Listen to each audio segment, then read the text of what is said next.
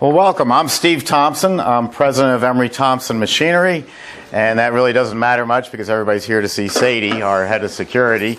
And this is tie-dye Jeff, and I'll have Jeff tell you a little bit about himself in a second. Welcome, all of you, to Make It Fresh. We're going to make some interesting products today, some Italian ice, some gelato. Jeff, the master ice cream maker, is going to make some things that he's never made before, and that's the fun of making ice cream, is trying new things that you've never done before and seeing how it turns out.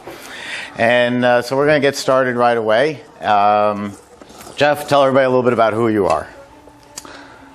I'm not Steve Thompson. I don't own this company, and I'm actually freeloading here. Hold on, are they coming in? Yeah, they're going to come in, but I think we need more chairs. There's seats right there. There's room for, just so the home audience knows, we have room for about 2,600 here. It's a huge auditorium, and as we get more people, they have to go sitting in the back, in the balcony and stuff like that. So if you hear a lot of noise, it's because there's a lot of people here. And they can't come in until the fat lady sings. Correct, whatever that means. Okay, I'm Jeff Markow. I own Mystic Ice Cream, a hugely successful ice cream store. And it's only usually successful because it's the simplest business in the world. This is a piece of cake. You're all going to be rich. I started making ice cream sitting in that back chair there, way in the back, about 36 rows back. That's where I first sat. And I watched Steve make his product. And a true story, I went home and I said, I can do better than that.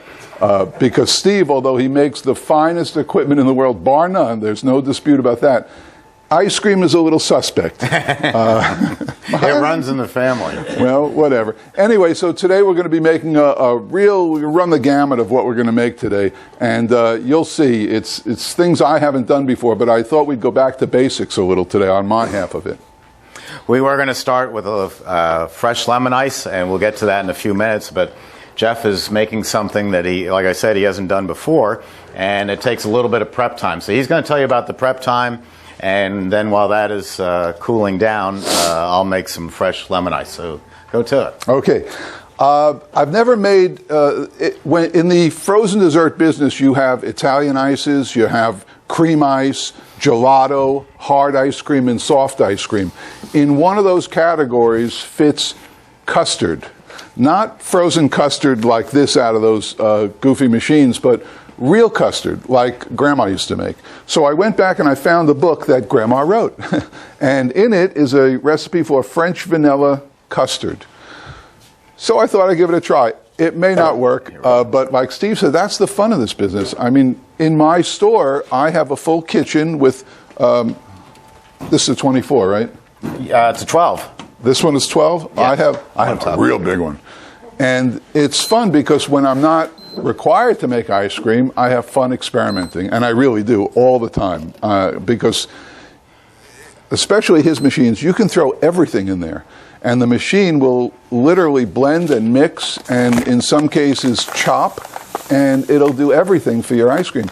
You can actually open this little hopper here. This isn't a promo for his machines. That's his deal. But from my point of view, as far as experimenting, you can throw everything right in here, from the mix, which is cream, and we'll get into that later, chips, nuts, cherries, cocoa, sugar, throw it all in there, turn it on, and 10 minutes later you got ice cream. It's that simple.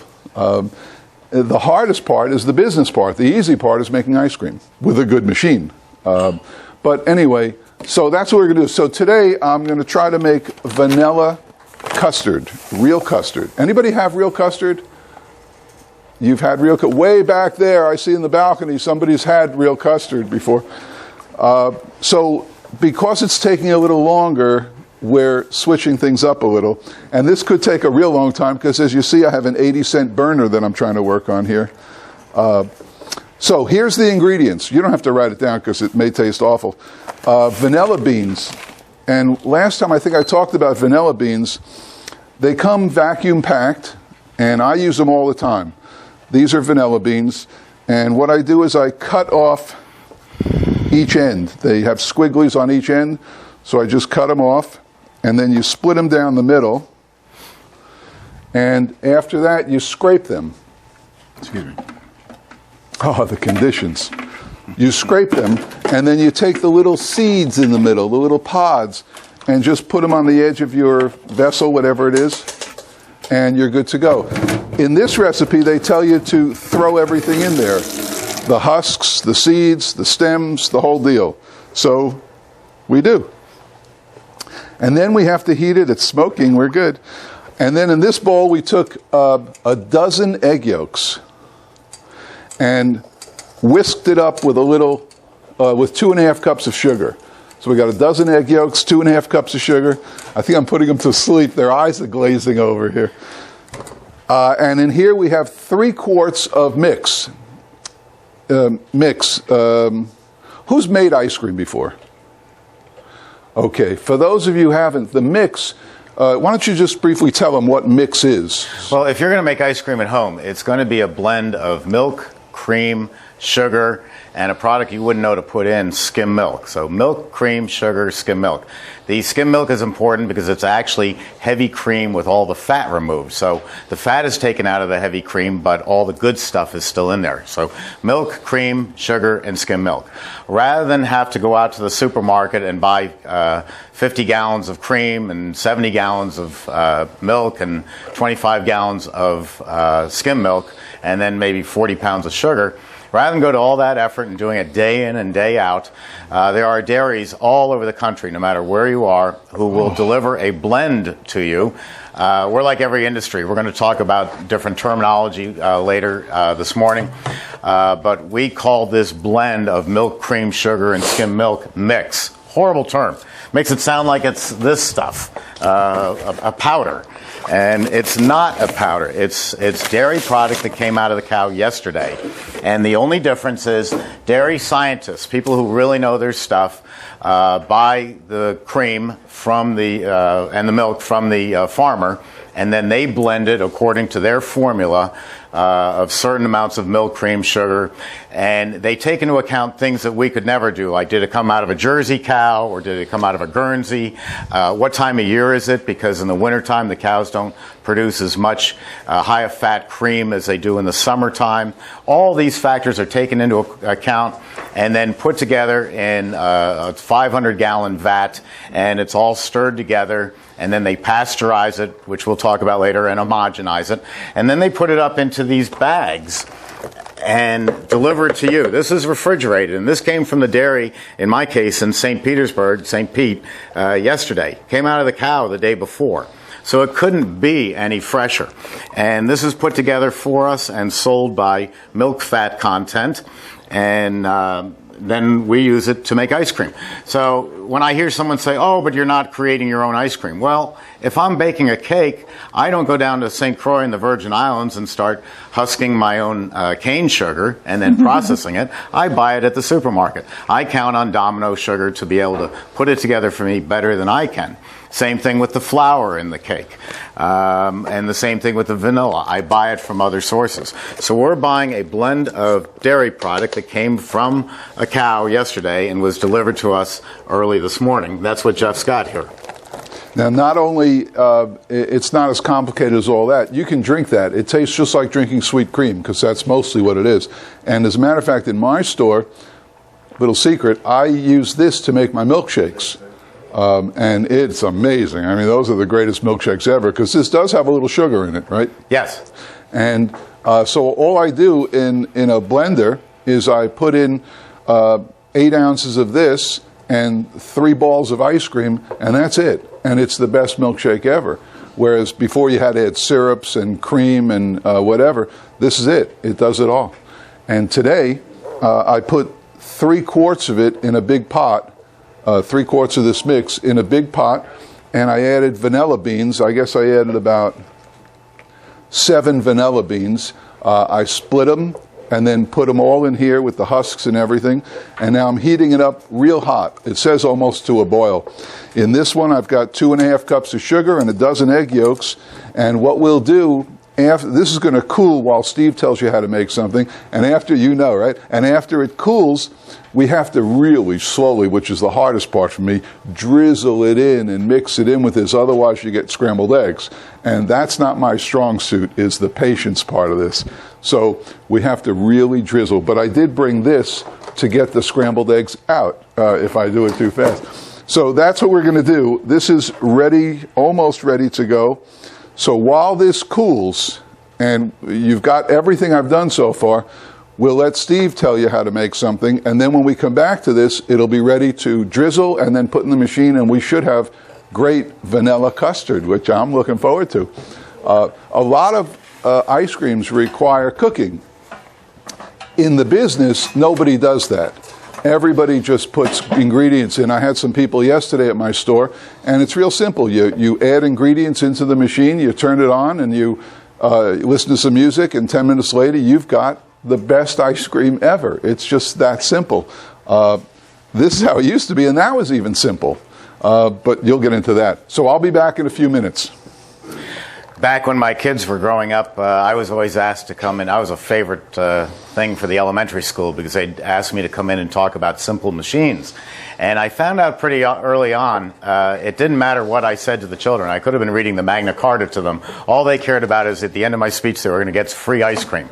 So hang in there. You're going to get some free ice cream today. You're going to get some Italian ice, all sorts of good things to eat. Prior to my grandfather, Emery Thompson, and a lot of people think that Emery Thompson is two people. It's not. Back in the 1800s, people were given strange names, and he got one of the strangest. His first name was Emery. Emery Thompson was making ice cream in a department store like a Macy's on 14th Street in Manhattan, and he was using machines like this, a little bit bigger than this, but this is a old rock salt and ice machine. And the way this works, and you've probably all seen one or had one in your house, it has the outer wood barrel and it has the inner barrel, and your source of cold is ice and rock salt. The purpose of the rock salt is, as you know, lakes freeze at 32 degrees, but your oceans never freeze. That's because of the salt in the oceans. The salt reduces the freezing point of the water. So we put in a lot of rock salt, big crystals of rock instead of table salt, mix that with the sugar, and then we put our dairy product in here. We'd put Jeff's mix in and some vanilla, and we'd turn this crank for 40 minutes, and we'd get a quart of ice cream. That's how homemade ice cream was made.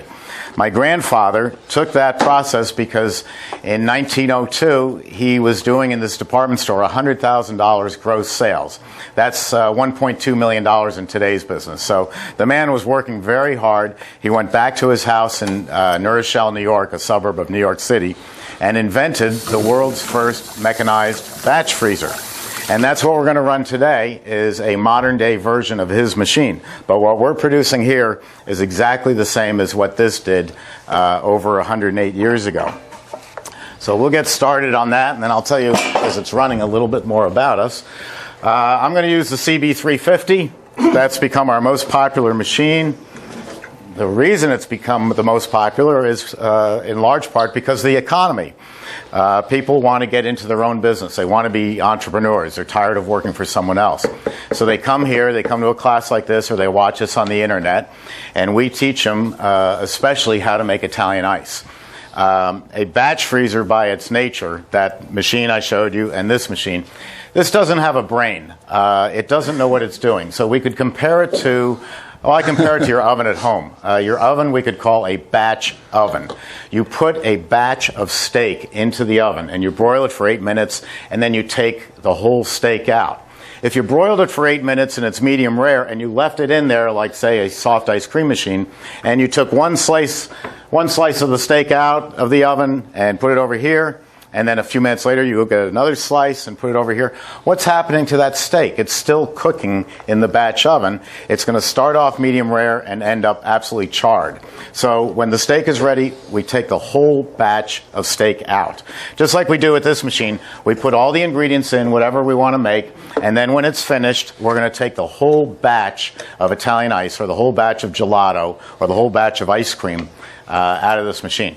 It doesn't know what it's doing. Remember, it doesn't have a brain, so it doesn't know if I put in the ingredients of sugar, water, and lemon juice, or if I put in Jeff's recipe to make vanilla custard ice cream, or if I put in tiramisu flavoring to make a tiramisu gelato. It only knows to freeze the product down. What's unique about it, and we can talk about it another time, but I invented 11 years ago something I call the infinite overrun control. It's exclusive to my company. No one else has ever figured it out. And it really sounds pretty simple. All it is it's able to lower and raise the speed of the drive. Sounds simple. You have a rheostat on your lights. Right now they're up nice and bright. If we were going to have a nice romantic dinner, Paula and I might dim them down. So the 100-watt bulbs are dimmed down to 15 watts. Actually, what I'm doing when I throw that dimmer down is I'm taking the power away from the light bulbs. I'm making those light bulbs less powerful. If I did that in a machine that's got, on this one, a 1-horsepower drive motor, or this one, a 3-horse, if I dimmed down the drive motor, it would no longer be 1 horse able to pull through all that Italian ice. It would be 1/8 of a horsepower, and it would just lock up. I designed a way where no matter what speed I run it at, it's able to continue running at its full efficiency. Now, let's say this was heavy cream, and I pour some heavy cream in here, and this is getting a little bit about the air, and we'll talk more this afternoon. But if I put heavy cream in here and I stir it with a whisk, it's going to remain heavy cream. If I take an electric mixer and put it in here at high speed, it's going to turn into whipped cream. Same concept here. By being able to vary the speed, I can do the heaviest products, frozen custard and gelato, by spinning it slowly, about 140 RPMs. Or I can speed it up to 150 and make Haagen-Dazs and Ben & Jerry, 2 companies we put in business. I can speed it up a little more to 170 and make super premium ice cream, which is what Jeff's going to do. And I can speed it up even to the maximum speed and make Breyer's ice cream, a good ice cream for what it is. So you have all that variation. Well, we're going to do just sugar, water, and flavor right now. And in sugar, water, and flavor, also known as sorbet, sorbetto, Italian ice, frozen lemonade, air is not a factor because there's no dairy in there. So we'll be running at full speed. I'm just going to take this apart real quick to show you, and then we're going to sanitize it.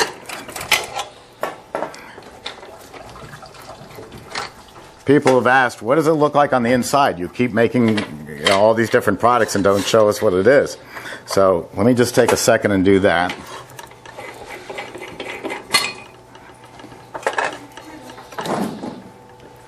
That's the door, and that, hey Sadie, and that comes right off. That's all stainless steel. We machine all that here. Our machines are all made in the USA and have been for 108 years. This is what we call the dasher. Some people call it the beater. And again, like that machine over there where it's slowly turning around like that, we turned it horizontal back in 1919 because it made more sense. Newton's law on a vertical freezer like my grandfather first invented. Whatever you throw up comes back down. So you throw a ball in the air, it's going to come back down. You throw cookies in the top of a vertical machine, they're going to sink to the bottom. No matter what anybody says, gravity will pull them down. By turning over in 1919 back to horizontal, we now are able to mix everything right through it. Nuts, cookies, bananas, the works. So that's the dasher. Very simple, all stainless steel.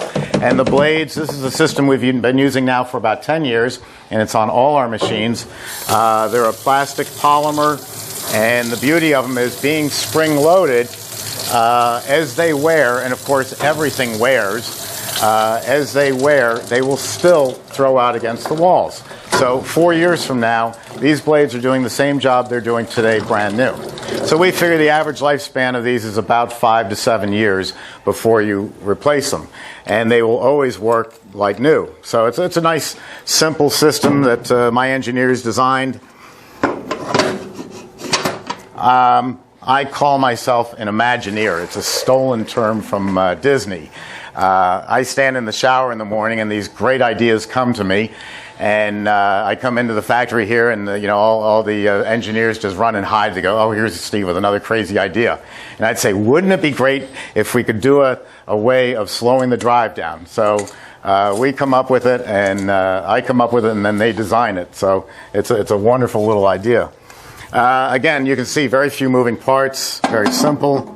The other doors are hinged. This one just goes on. Everything on the machine has a reason, and everything on an Emery Thompson fits perfectly. The reason I use 4 knobs on all our machines, as opposed to what you see on the Italian machines. The Italian machines have a cam action, over, down, and lock. Looks really cool. It's real simple.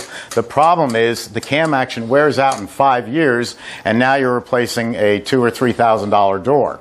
Using cover knobs, it never wears out. We've never had to replace a door because it wore out.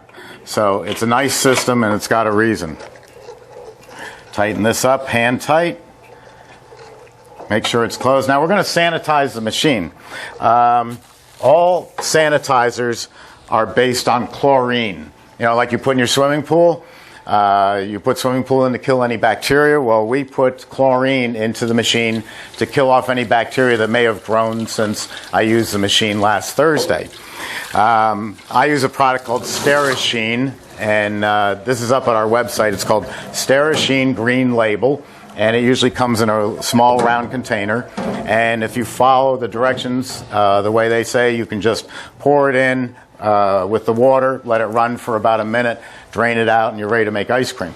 And as long as I don't open up and put my hands in here or anywhere here, or take the door off, or take an hour and a half for lunch, it will remain sterile. I could run for the next 24 hours non-stop without having to re-sanitize, as long as I just kept making product all day long. So I've got some water here that I've already mixed together.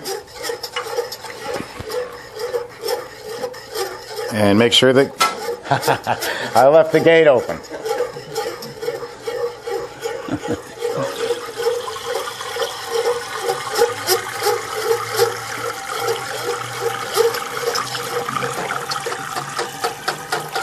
And I spilled a little. Okay, I'm going to, let's lower the shelf.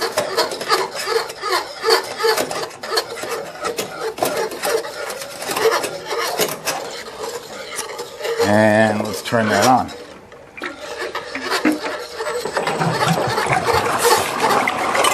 There's only 2 switches. There's the on-off and the refrigeration. I only have water in here right now, so I don't want to turn on the refrigeration or it's going to make a giant ice cube.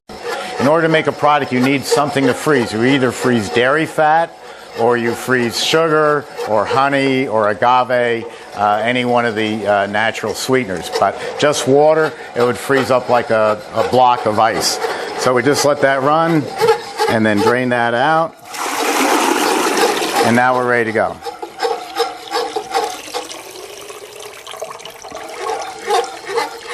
Now up on we're going to make lemon Italian ice. And up on my website, we just made a video a few weeks ago that breaks down the cost of making Italian ice. And it's interesting. I want to tell you about it briefly. There's 3 ways to make Italian ice. The best way is what I'm going to do today. I was fresh squeezing lemons yesterday. A lot of work, but it's going to make the world's best lemon Italian ice.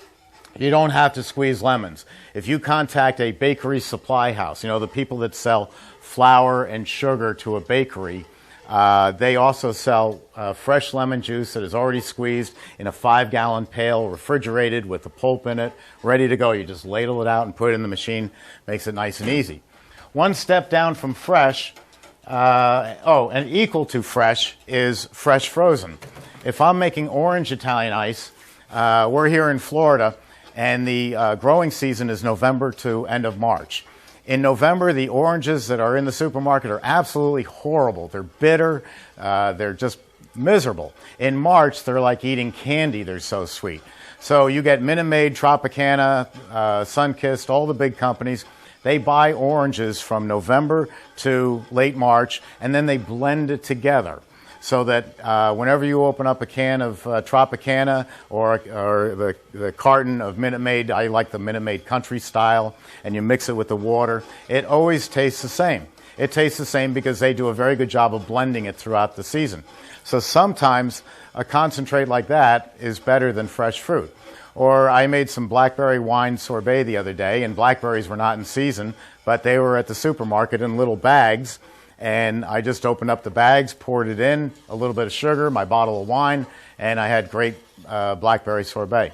One step down from that is using a base. This is a company called iRice Company, I-R-I-C-E.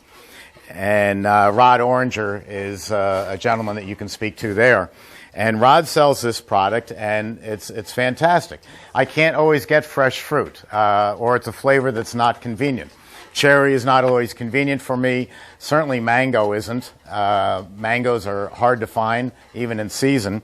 So I use this base, which has cherry flavor in it. It's got some sugar, and it has instructions on it. It tells me to put 1 quart of this into this machine with about 1 pound of sugar and the water, and now I've got a fantastic cherry ice. I could probably make it a little better if cherries were in season, Bing cherries were in season, and I could get hold of them, but that's not always practical. Also the consistency of fresh fruit. The consistency The varies. inconsistency of fresh fruit. Inconsistency right. of fresh fruit. I do like to buy some fresh fruit, though, even when I'm using this, and add cherry pieces into the machine. That makes it even better.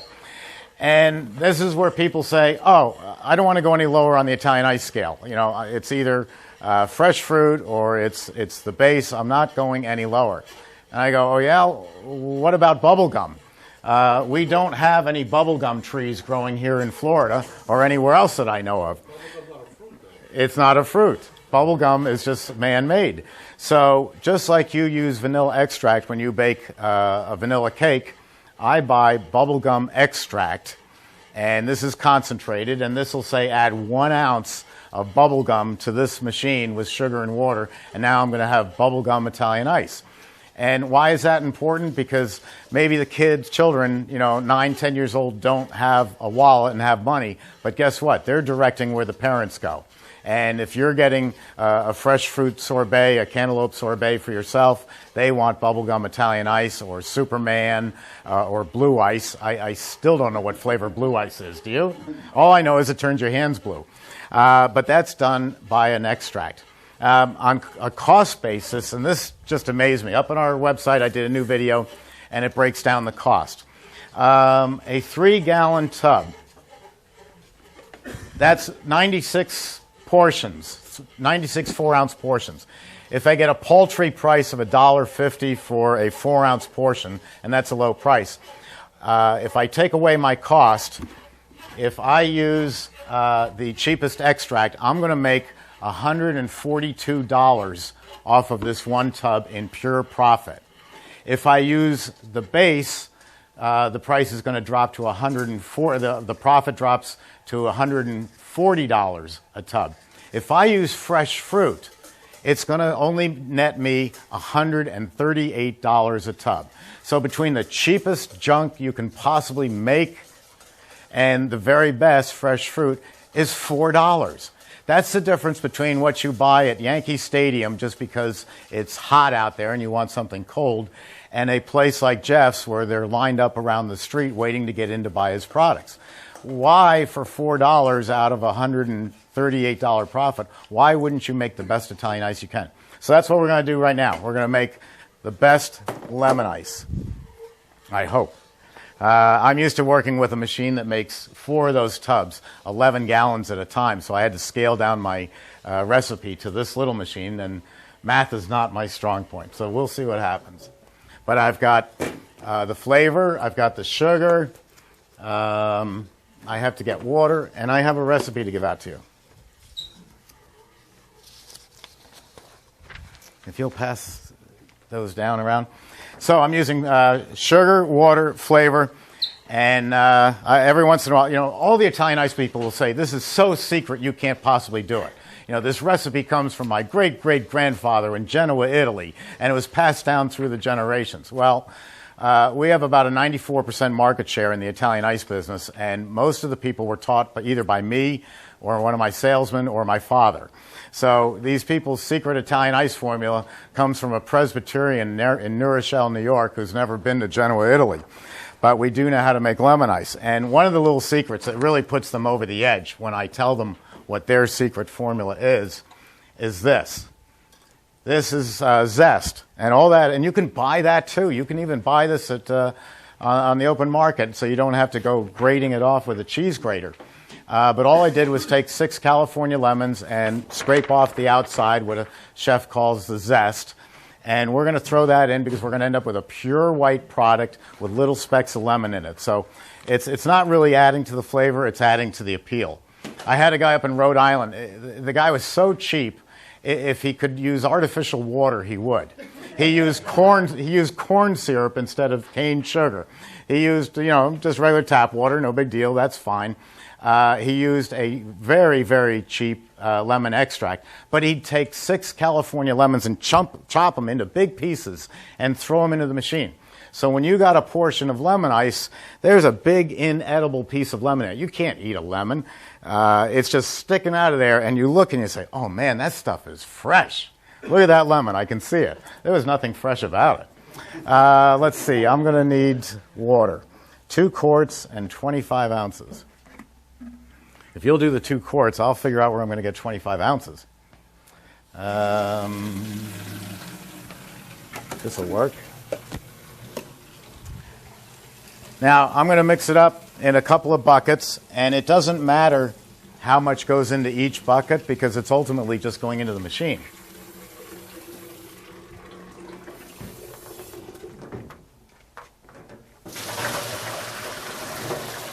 Thanks, Jeff.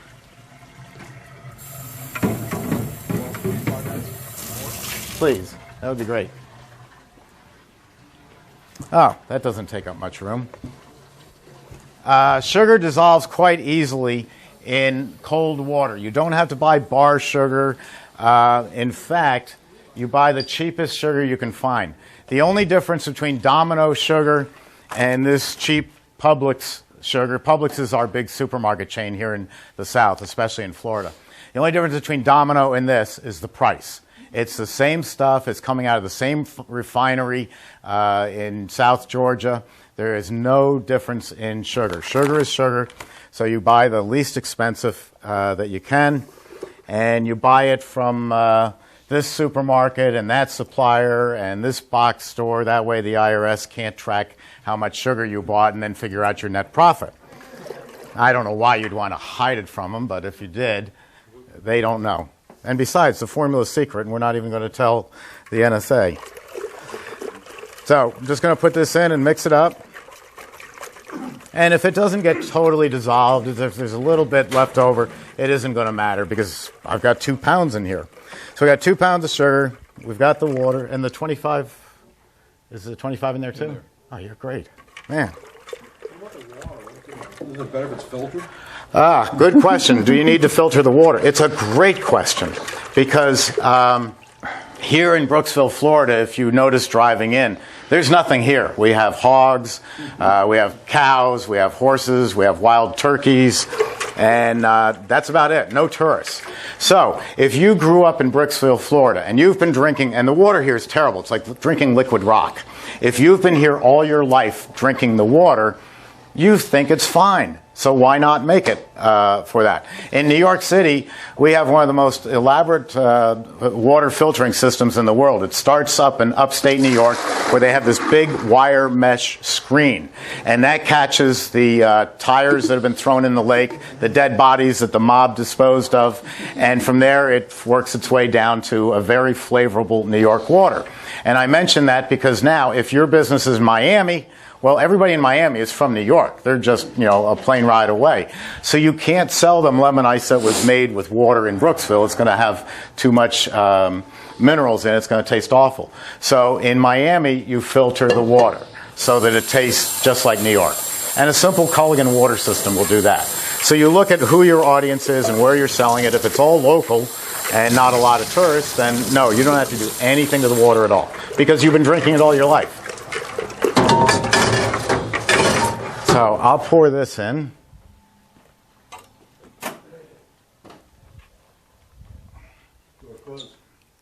Thank you. You can tell Jeff and I have both made product and left the door open. And you stare at the machine. It's going all over the floor. You curse that damn Steve Thompson, even if you're me. And you go, what is the matter with this machine? Why is it leaking? Well, it's leaking because you left the door open. All right, that's our sugar and water. And I'm going to turn it on. And I'm going to start refrigerating. And how much lemon juice do I need? I need 20 ounces. 20 ounces of lemon juice. Yeah, do you have that measurer again? Yeah, but where's the lemon juice? I got it right here.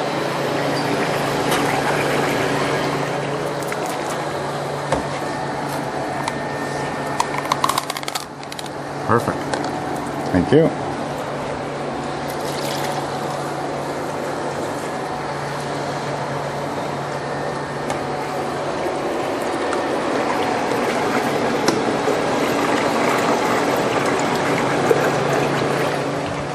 And I'm going to throw my zest in. Let's rinse my hands.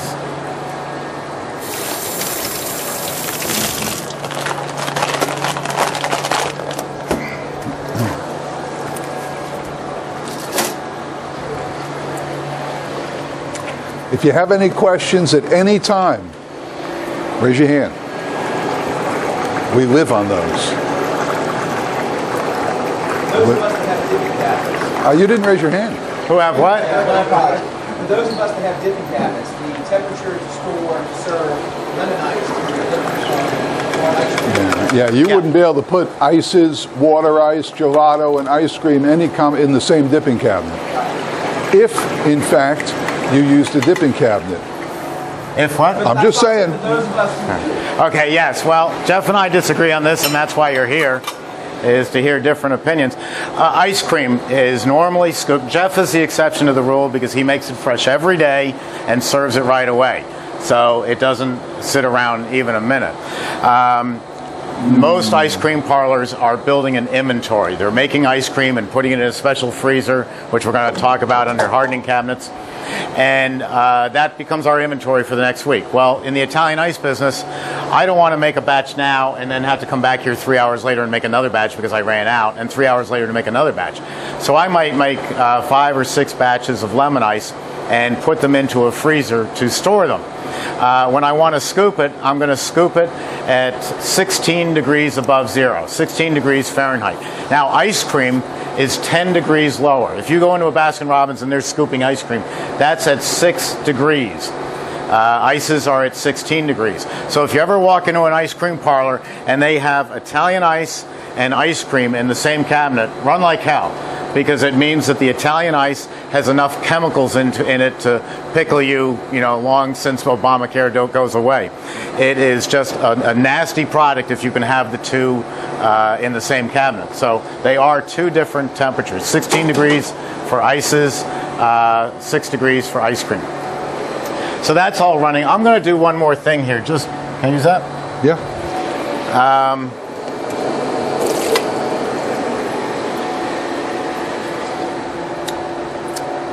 Oh, that's good. The reason I did that, when you're making ice cream and you taste it coming out of the machine, which you are today, you're going to say, except for Jeff's ice cream, you're going to say, oh, yeah, that vanilla was great, but it needs a little more vanilla. The flavor blooms or grows or ages over the next few hours. Ice cream gets more enhanced in flavor over the next 6 hours. Italian ice is what you see is what you get. So that may have too many little specks in it. So I can taste it here and say, oh, that's great. Or if it wasn't lemony enough, I might have put in a little more lemon juice. Sometimes someone calls up and says, I've got 2 quarts of lemon juice into the biggest machine, and it still doesn't have enough lemon flavor for me. It's just a little bland. Well, we make sure what lemon he's using, but sometimes sugar will enhance the flavor better than anything. So if the guy told me, and we ran into this in Rhode Island, they have a product we call Rhode Island Ice. They call it slush. It's horrible, but it sells a lot of machines, so I can't tell them it's horrible. It's bland, and the difference is in a larger machine, we'd be using 7 pounds of sugar. They use 5 pounds of sugar to make this slush or frozen lemonade. And the product with that amount of sugar just has no taste. Increase the sugar a little bit and all of a sudden, boom, it tastes like lemon. It just really pops. So just play with your formulas, but do one thing that I learned the hard way. When you're experimenting, make sure you write it down. Write down everything that you put in there, because you might say, oh, that's okay, but like I've just said, it has a little bit too much of lemon pieces in it. So I write that down. Next time when I go to make it, I'll remember, oh, I need to put in a third less of the zest to make a better product. And then when you write it down, then you've got it on a nice file card, and that's your recipe forever. When I used to go out and teach people how to make ice cream in their individual store, it would be me, it would be the owner, and it would be the employee. And I would turn to the employee and the owner, and I would say, this is an Emery Thompson batch freezer. It's virtually indestructible. If you do something stupid, like you go talk on the phone to your girlfriend and you leave the machine for an hour and a half and you come back, it's frozen up, tell the boss. Boss, you're not going to fire him, right? Right. Right. Because it's only a machine and you're going to correct the situation. If it's horrible, you call Emery Thompson and we help you with it. That's how you treat the employee. However, being from New York, here's my 3x5 file card. It's got my lemon ice recipe on it. I think it's great. You think I'm a schmuck and it's not very good. Hello. And you're going to add more sugar to it or more lemon juice. Well, if we find out that you have changed my formula, which has been selling now for, say, 3 years, and the public likes it, whether you do or not, we're going to shoot you in the kneecaps, we're going to drag you out into the street, and then we're going to fire you. Because the most important thing in business is consistency. McDonald's is a lousy hamburger. They're going to sue me for saying that one day. It's a lousy hamburger.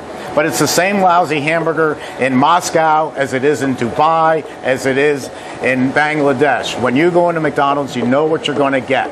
It's always the same consistency. And that's what we want with our different products, is absolute consistency. Yes. How in the butter fat? Is it Ooh. Yes. The higher butter fat ice creams are easier to scoop. But the closer it gets to butter. Excuse me? The closer it gets to butter. Yeah, that's true. Jeff is right. You're getting closer to butter. And let me touch that one when we sit down about the butter fats, because that's important. Yes? On the temperature on the ice cream, I know that's the Italian ice is 6 degrees and the ice cream is 16. What about the custard? The ices are 16 and the ice cream's 6. Okay. No, it's actually a lot of numbers here. You know, what the freezing temperature is, what the scoop temperature is, what you keep it in the refrigerator. It's a lot common sense. If you're scooping ices and your hand is hurting, it's too cold. If it's a hot sunny day, you want it a little colder than warmer. So it's not as critical as you think. This is a very simple business. It's really up here, well, not up here, but it's up there in you. It's just simple, just common sense. Don't worry too much about 15 degrees and 6 degrees and stuff like that. Just keep it simple. Now I'm just checking it, and that's about ready. I didn't even use a timer, but usually I don't put gadgets on my machines because gadgets break. And if I put that $6 timer on my machine, it's going to cost $230 to make it UL and NSF approved. And then if it breaks, it's going to be $230 plus $100 for the repairman to come out and change it. Here's a $6 timer that we use. I just set it for, on this product, about 14 minutes. And when the buzzer goes off, I know to go back and check my product. So this is looking pretty good. I'm going to give it a little more. And it's as simple as that. And you'll get to know your products.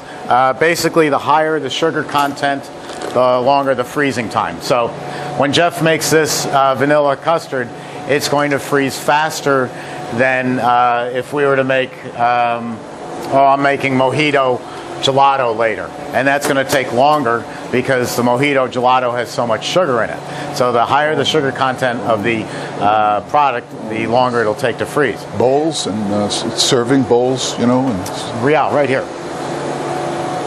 Oh, I'm sorry. And spoons. I'll be all right. Spoons? You might have to ask Paula where the spoons are. Okay. I think they're in the kitchen. Yes. Yeah. Yeah. Is it different from the 40%? Is it heavier? The question is, can you buy a custard mix without going through everything Jeff's doing? Right. And the answer is yes.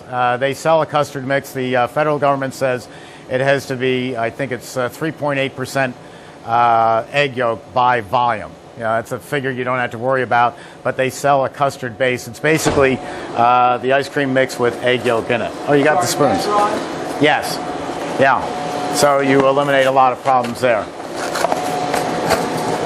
All right, I think this is going to be good. I'll come back to that. What's this? Natural lemon flavor. That's my bubble gum. Okay.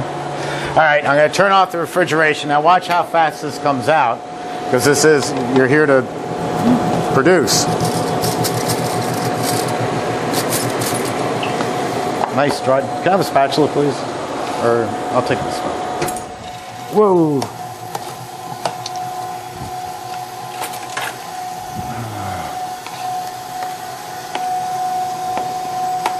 I'm okay. Okay.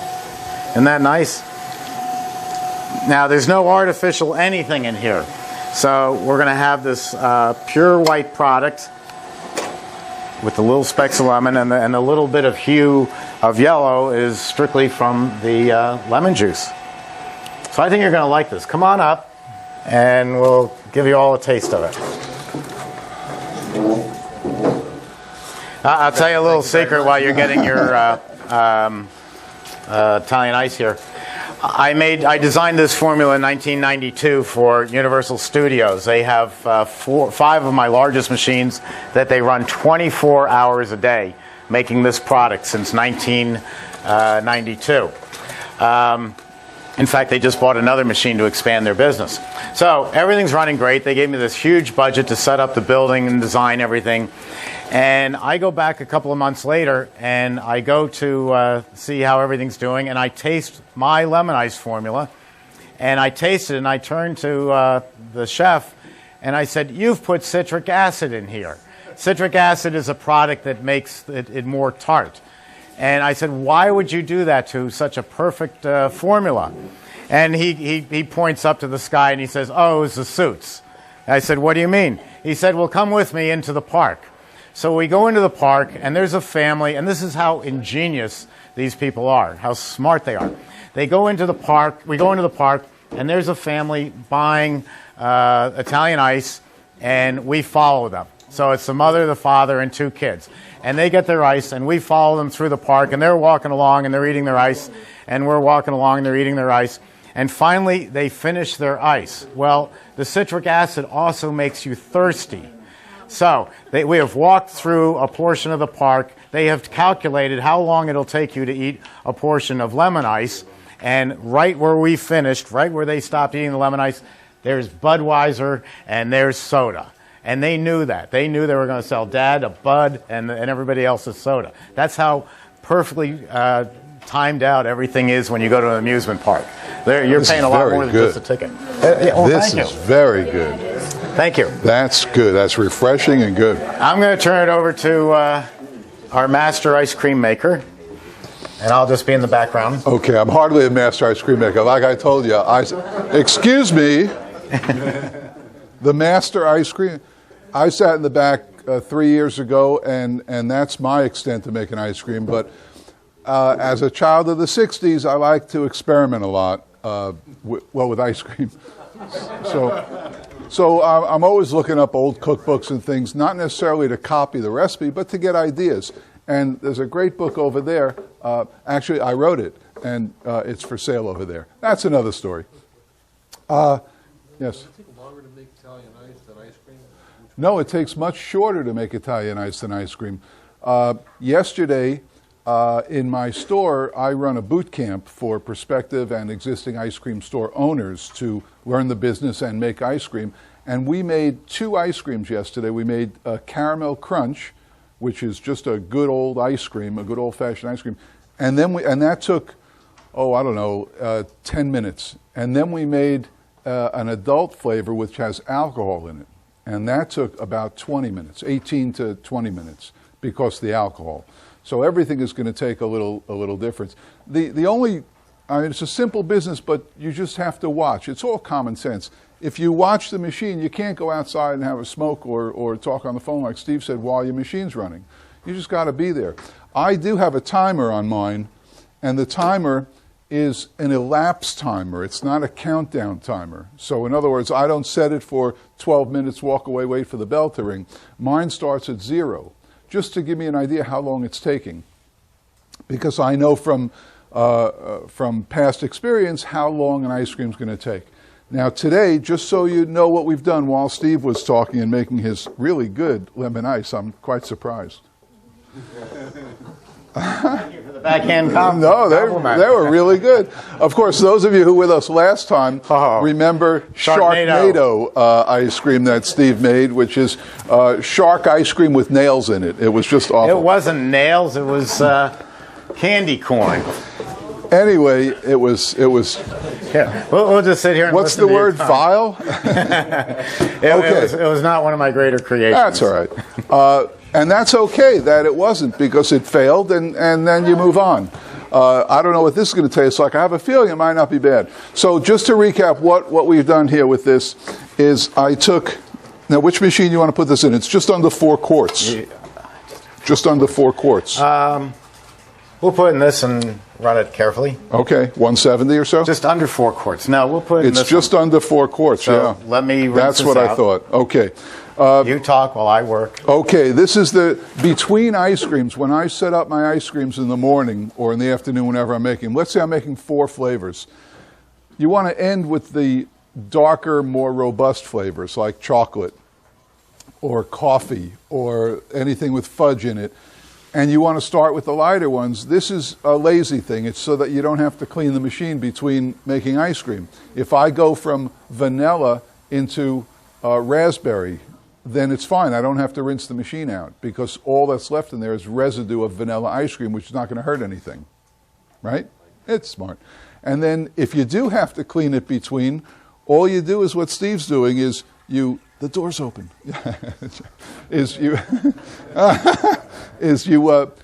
You just put water in it and run it through. How many times you rinse it is up to the flavor that you ran.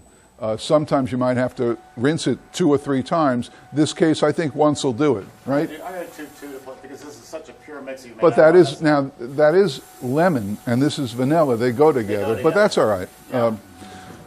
So he's going to rinse it twice, which is nice, so you won't get any residue. At the end, when you're done and you've just made chocolate or peanut butter ice cream or something really gloppy in there, then I rinse it 4 or 5 times. You can rinse it once, but then when you open it up, it's a mess in there. I have a faster system. What? I call one of the men off the factory floor and say, I just made peanut butter ice cream. Rinse the machine. If you rinse it 4 times, when you open up the door, it's going to be sparkling clean. And just a little wipe and you're good to go. And I didn't know that for 2 years. I used to rinse it once, open it up, and spend 40 minutes getting all that crap out of there, all that stuff out of there. And now it's easy. It literally is great when I open it up. It's sparkling clean. How many of you have these machines so far? All right. How many of you have your checkbooks with you? Just kidding. Anyway, the machine is the lifeblood of the business, and it's really good. And it's fun. It makes ice cream. When I had my first machine, I had it delivered to my house because I didn't have my store ready. And I put a 220 line in the kitchen. The small machine is air-cooled, so I didn't have to worry about anything. And I put it on my counter and made ice cream for 2 months in the house. And it was great. Great chance to experiment. The mix... I call it the mix, the bladders that Steve talked to you about. Is this an oil painting or an audience here?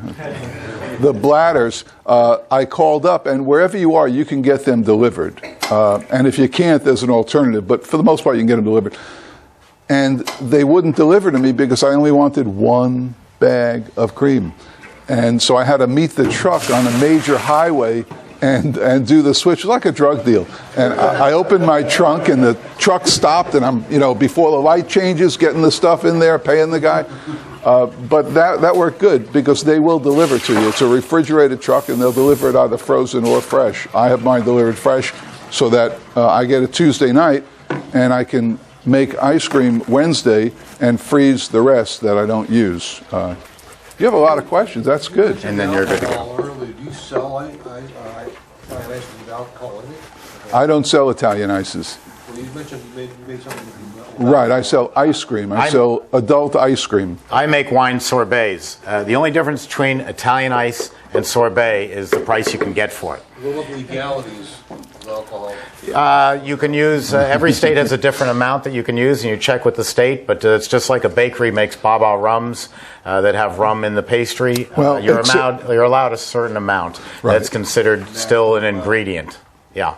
But it's a lot of fun from a marketing standpoint to have a separate signboard up that says adults only ice cream. You must be over 21 years of age to buy this ice cream. You get two groups of people. You get 16-year-olds coming in who will puff themselves up and say, oh yeah, I'm 16, I'm 18, and you say, let me see your ID. Oh, I left it in the car. And then you get people bordering on Jeff's age who come into the back door and they say, quick, give me some of that mango rum Italian ice before my wife gets here. You know, and so you can have a lot of fun with it. But it is controlled by different states. And if you're selling at retail in your store, it's a lot less difficult than if you're selling wholesale. When you're selling to a third party, then the laws of what's in there gets a little more strict. But you can do it. We do it all the time. And it's the only machine that you can put large quantities of liquor into, and it'll still freeze properly. All the others you have to add it as it's coming out because alcohol never freezes. It just stays in suspension. I always make a Grand Marnier liqueur ice cream, which is a white ice cream with the Grand Marnier liqueur, which is an orange liqueur. And I like I did the lemons, I take the oranges, navel oranges, and grate off the zest. So I have a pure white product with all the aroma and taste of the orange liqueur and the little specks of orange in it. It's beautiful. No, it's too expensive. Okay. Yeah.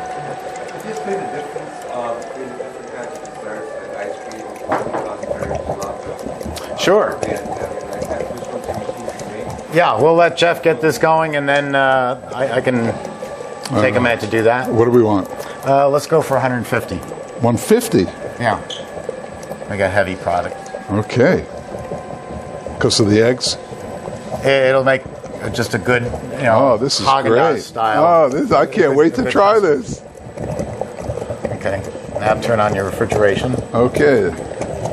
And we'll time it.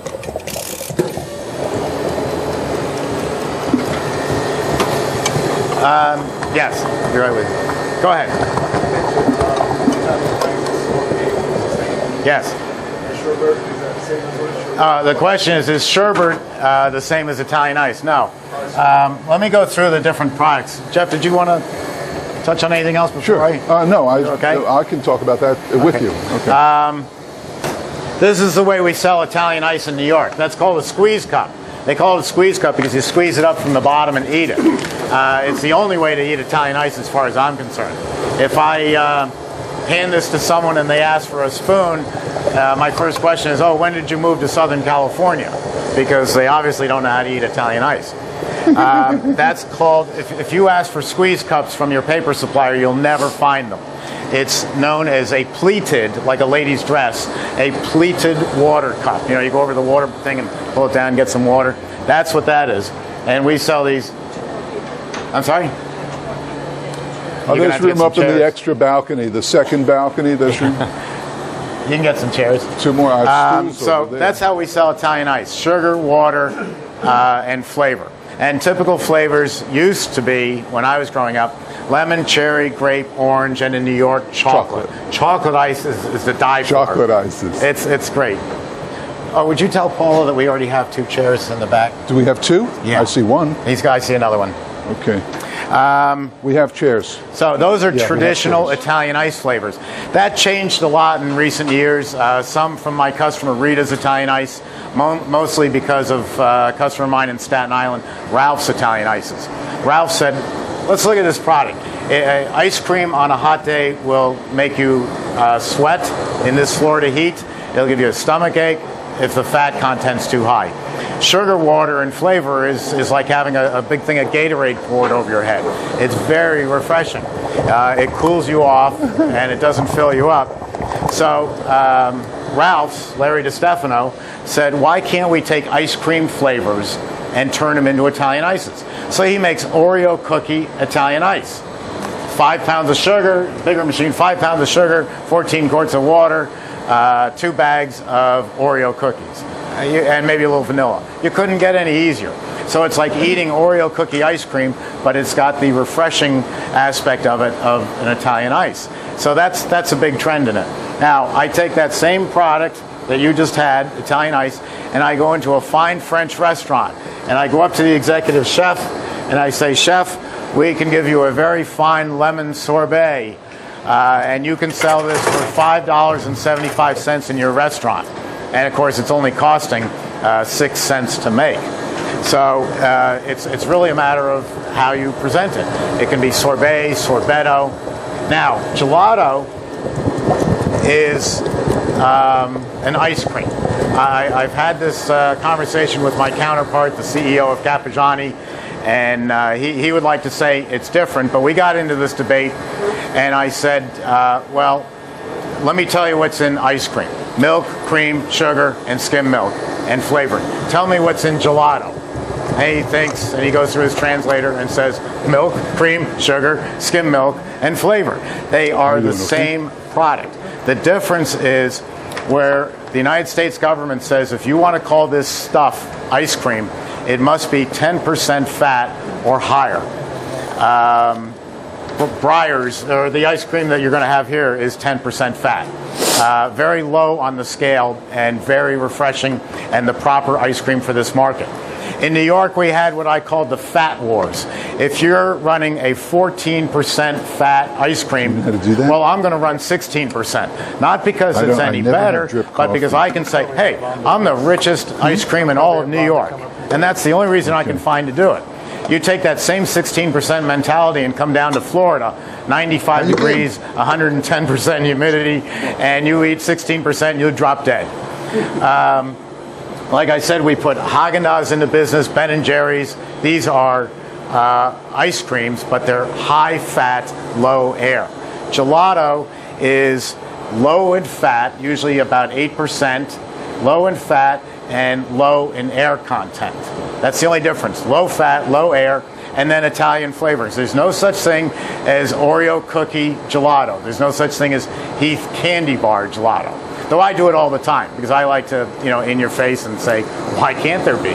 They do tiramisu, hazelnut, fruit of Tabasco. Fruit of Tabasco is just mixed berries. All these exotic flavors that Americans do not produce, and I'll be using them a little later this morning. There's a very good company called Fabry. They're as old as we are, 108 years old, and they make great, I don't even know what this, Cremo pan. That's a chocolate. Yes. And they have wonderful flavors for gelato. So you get a low-fat mix. You have a machine that can run much lower than any other on the market, and you add gelato flavors, and you've got gelato. Yes. The texture will be heavier than American ice cream. Just like if you want to see a texture difference, look at Breyer's ice cream, which is the maximum air content you can possibly go in ice cream and still be legal, and then look at Ben & Jerry or Haagen-Dazs, and you'll find the Ben & Jerry are smoother and creamier. But one thing... if you sit it outside, you should do this. Sit out a pint of Breyers. Didn't used to be that way, but it's been that way for 15 years now. Put out a pint of Breyers, let it melt. Put out a pint of Haagen-Dazs and let it melt. And you'll see an amazing difference. The Breyers will go all the way down to this because I did this, and the Haagen-Dazs won't. That's right. I know. This little business about the difference between gelato and ice cream with me and it's all hooey. Andrea Kaki, the chairman of his company, we go back quite a way on this. I'll pass that around. That's a picture of the world's first mechanized batch freezer. And that was made by my grandfather, Emery Thompson, in his garage in New Rochelle, New York. He started on it in 1903 and got the patent on it in 1906. And I'll pass that around. Now, one thing I'll add, if you're done. Are you No, done? let me just go through two Okay. more and then cut in. Because I just want to show the timeline. The Italians say that they invented gelato. Well, I just showed you the patent. We did it in 1906 is when we got the patent. Here's Charles Taylor. You've heard of Taylor soft ice cream machines? Well, Charles Taylor copied our latest designs, and he couldn't patent it, but he made a batch freezer, and that date was 1926. Well, pass these around, pass that around, then this. And then here we come with the Italians who say they invented gelato. This was Emilio Catabriga. And Mr. Catabriga has a machine that looks exactly like the one you're going to see passing around. 1927. So we were 1903 and they were 1927. I just questioned with my counterpart how they say that they invented gelato. Because actually it was done here. We just didn't call it gelato. We called it ice cream. Gelato is an excellent product. The one problem I have, and we make better gelato than anyone because of the infinite overrun control. I can adjust it anywhere you want. The problem I have with gelato is in the U.S. market, and we are a different market than the European. In the European market, there's a gelateria here, there's also one across the street, and there's one down the street. So at 11 o'clock in the morning, if I walk into the gelateria and say, can I have some tiramisu? And they say, oh, I'm sorry, we're out of it. Well, no problem. I'll just walk a half a block and go to the other one. They eat gelato in Italy the way that's their diet. Gelato at 11 in the morning, 2 in the afternoon, 6 at night. We eat a bag of Lay's potato chips and a Diet Coke at 11 in the morning, and again at 2 in the afternoon and 6 at night. If we ate ice cream 3 times a day, 7 days a week, our cardiologist would kill us. So Americans just don't do it. But what we do is, let's say we go on vacation. We go to Cape Cod, where there's 4 Seas ice cream. And I haven't been to Cape Cod in 2 years, and we're going to take everybody up there. We're going to rent a big house. And I can't wait to get to 4 Seas because I remember how great his mint chip was. Well, if I go to his place at 11 in the morning and he says, oh, I'm sorry, we're out of mint chip, and I've been waiting for 2 years, I'm going to lose a customer. If it's been on my menu, it's got to stay on my menu. But my biggest problem with gelato, and I do recommend that you sell gelato, my biggest problem is you go into the most famous one in New York is Il Laboratorio. You walk into Il Laboratorio and they sell gelato. So I walk in, Jeff walks in with me, and Paula walks in with me. Paula wants hazelnut gelato. What was the name again? Oh yeah, Jeff. Jeff wants mint chip ice cream, and I want cherry Italian ice. That gelateria is very subliminally saying to 2 of us, go away. We don't sell anything that you want. We only sell gelato. I believe that as a frozen dessert business, it doesn't mean I'm going to sell cigarettes. It doesn't mean I'm going to sell DeLorean cars. But I have to sell frozen desserts. So in my store, I would recommend, if it was a full-blown ice cream parlor, gelato, American ice cream, and sorbet or Italian ice. Have something for everybody. It doesn't mean you have to make a million different sundaes. You can limit it to just ice cream. In fact, Jeff, how many flavors do you run? 35. How many do you have on any given night? 35. 35. Okay. I never run out of a flavor. And why don't you ever run out? Because that's the one the guy's going to want. Yeah. Okay. How are we coming over here? A little more. A little more? Yeah. Okay. It's really good. You like it? Jeff hasn't run one of these in years. Having what? You haven't run one of these little guys in A years. little one? No, it's been 2 years. Yeah. 2 years. Any questions? Yes, right here. Right. So that's raw egg. Yeah, I have a problem with that. What? These aren't raw eggs. They were cooked in the mixture. When I added I added the raw eggs to the hot mixture and whipped it in. That cooks them. Okay. Yeah, another question. How do you control the air content of your ice cream? I'm controlling the air content by the speed. When we made the lemon ice, I ran it at 234 revolutions per minute. Now I'm down to 151. If I wanted to do a gelato, I'd take it down to 135, 140. Again, the slower I spin it, if I'm stirring it like this, as opposed to an electric mixer, I'm going to put less air into it. So right now, we're stirring at a rate about like this, and that will put less air in the product. That's exclusive to my machines. No one else, like I said, has even figured out how to do it yet, and they probably won't. Anybody? Yes? Is sorbet and water ice the same product? Yes, it's identical, only the flavors are different. Sorbet, again, is going to be champagne, kiwi, papaya, grapefruit, exotic fruits. That's normally sorbet in a fancy restaurant. You're not going to find cherry Italian ice at Le Penetier restaurant in Rye, New York. They're just not going to sell it. So, but it's still sugar, water, and your source of flavor. Yeah. Oh, sherbet. I'm sorry. You asked about sherbet before. Sherbet's a very old product. We don't see it around much anymore. It's a cross between an Italian ice and an ice cream. It's more of an ice cream, a low-fat ice cream, with water and fruit flavor put in. My friend Ralph's up in Staten Island sells cream ices, what the Italians call cremolata. And what that is an Italian ice where we've added some of the dairy blend to it. And it makes it very smooth, very delicious, very refreshing. It makes a great product. Tell me if you think it's ready.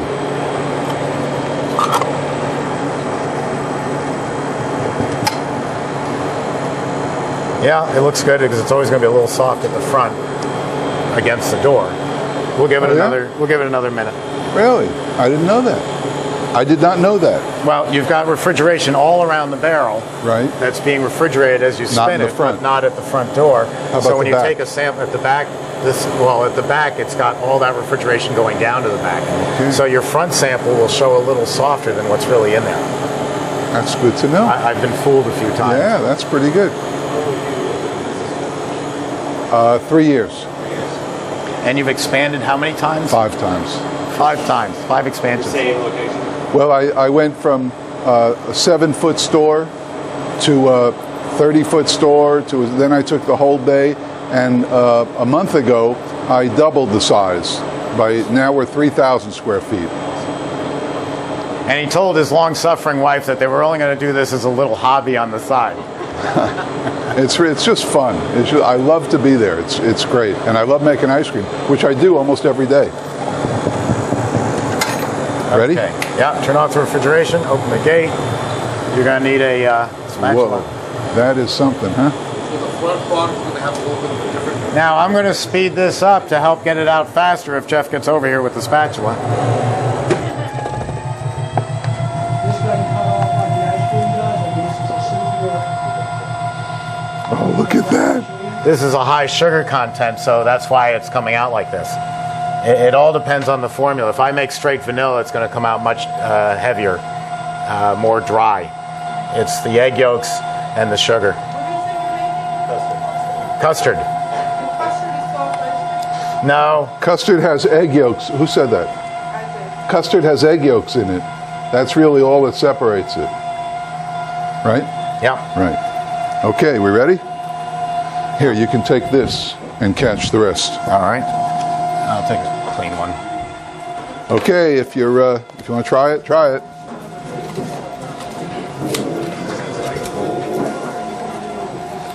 While you're eating this amazing custard, Put that up into a pint container. You can go say hi. interesting thing about the different products: hard ice cream, soft ice cream, frozen custard, gelato, cream ice, and Italian ice. You can't. In my opinion, it's very hard to serve more than one thing in your store. I make great ice cream, hard ice cream, and a friend of mine makes an amazing cream ice. He opened the store in South Florida, and it's Cecily's Italian ices, but it's really cream ice, which is Italian ice with a little of the mix in it, but it's a wonderful product. And I thought, I'm going to make that, and I made an amazing cream ice. And I put it in my store, and nobody liked it. And I didn't understand that. And the reason is, when you put it next to a high-quality premium ice cream, it's an ice product, and it doesn't have the body or the creaminess or the flavor. So as good as it was, it wouldn't fly. And some people think, well, I'll run Italian ices and ice cream. But if you have, it's okay in a transient market where you have a lot of 10,000 people coming by every day on a boardwalk or on a main thoroughfare, because they come in, they buy something, and they leave. But if you have regulars coming in all the time, like I do, it's not going to fly. It didn't for me anyway.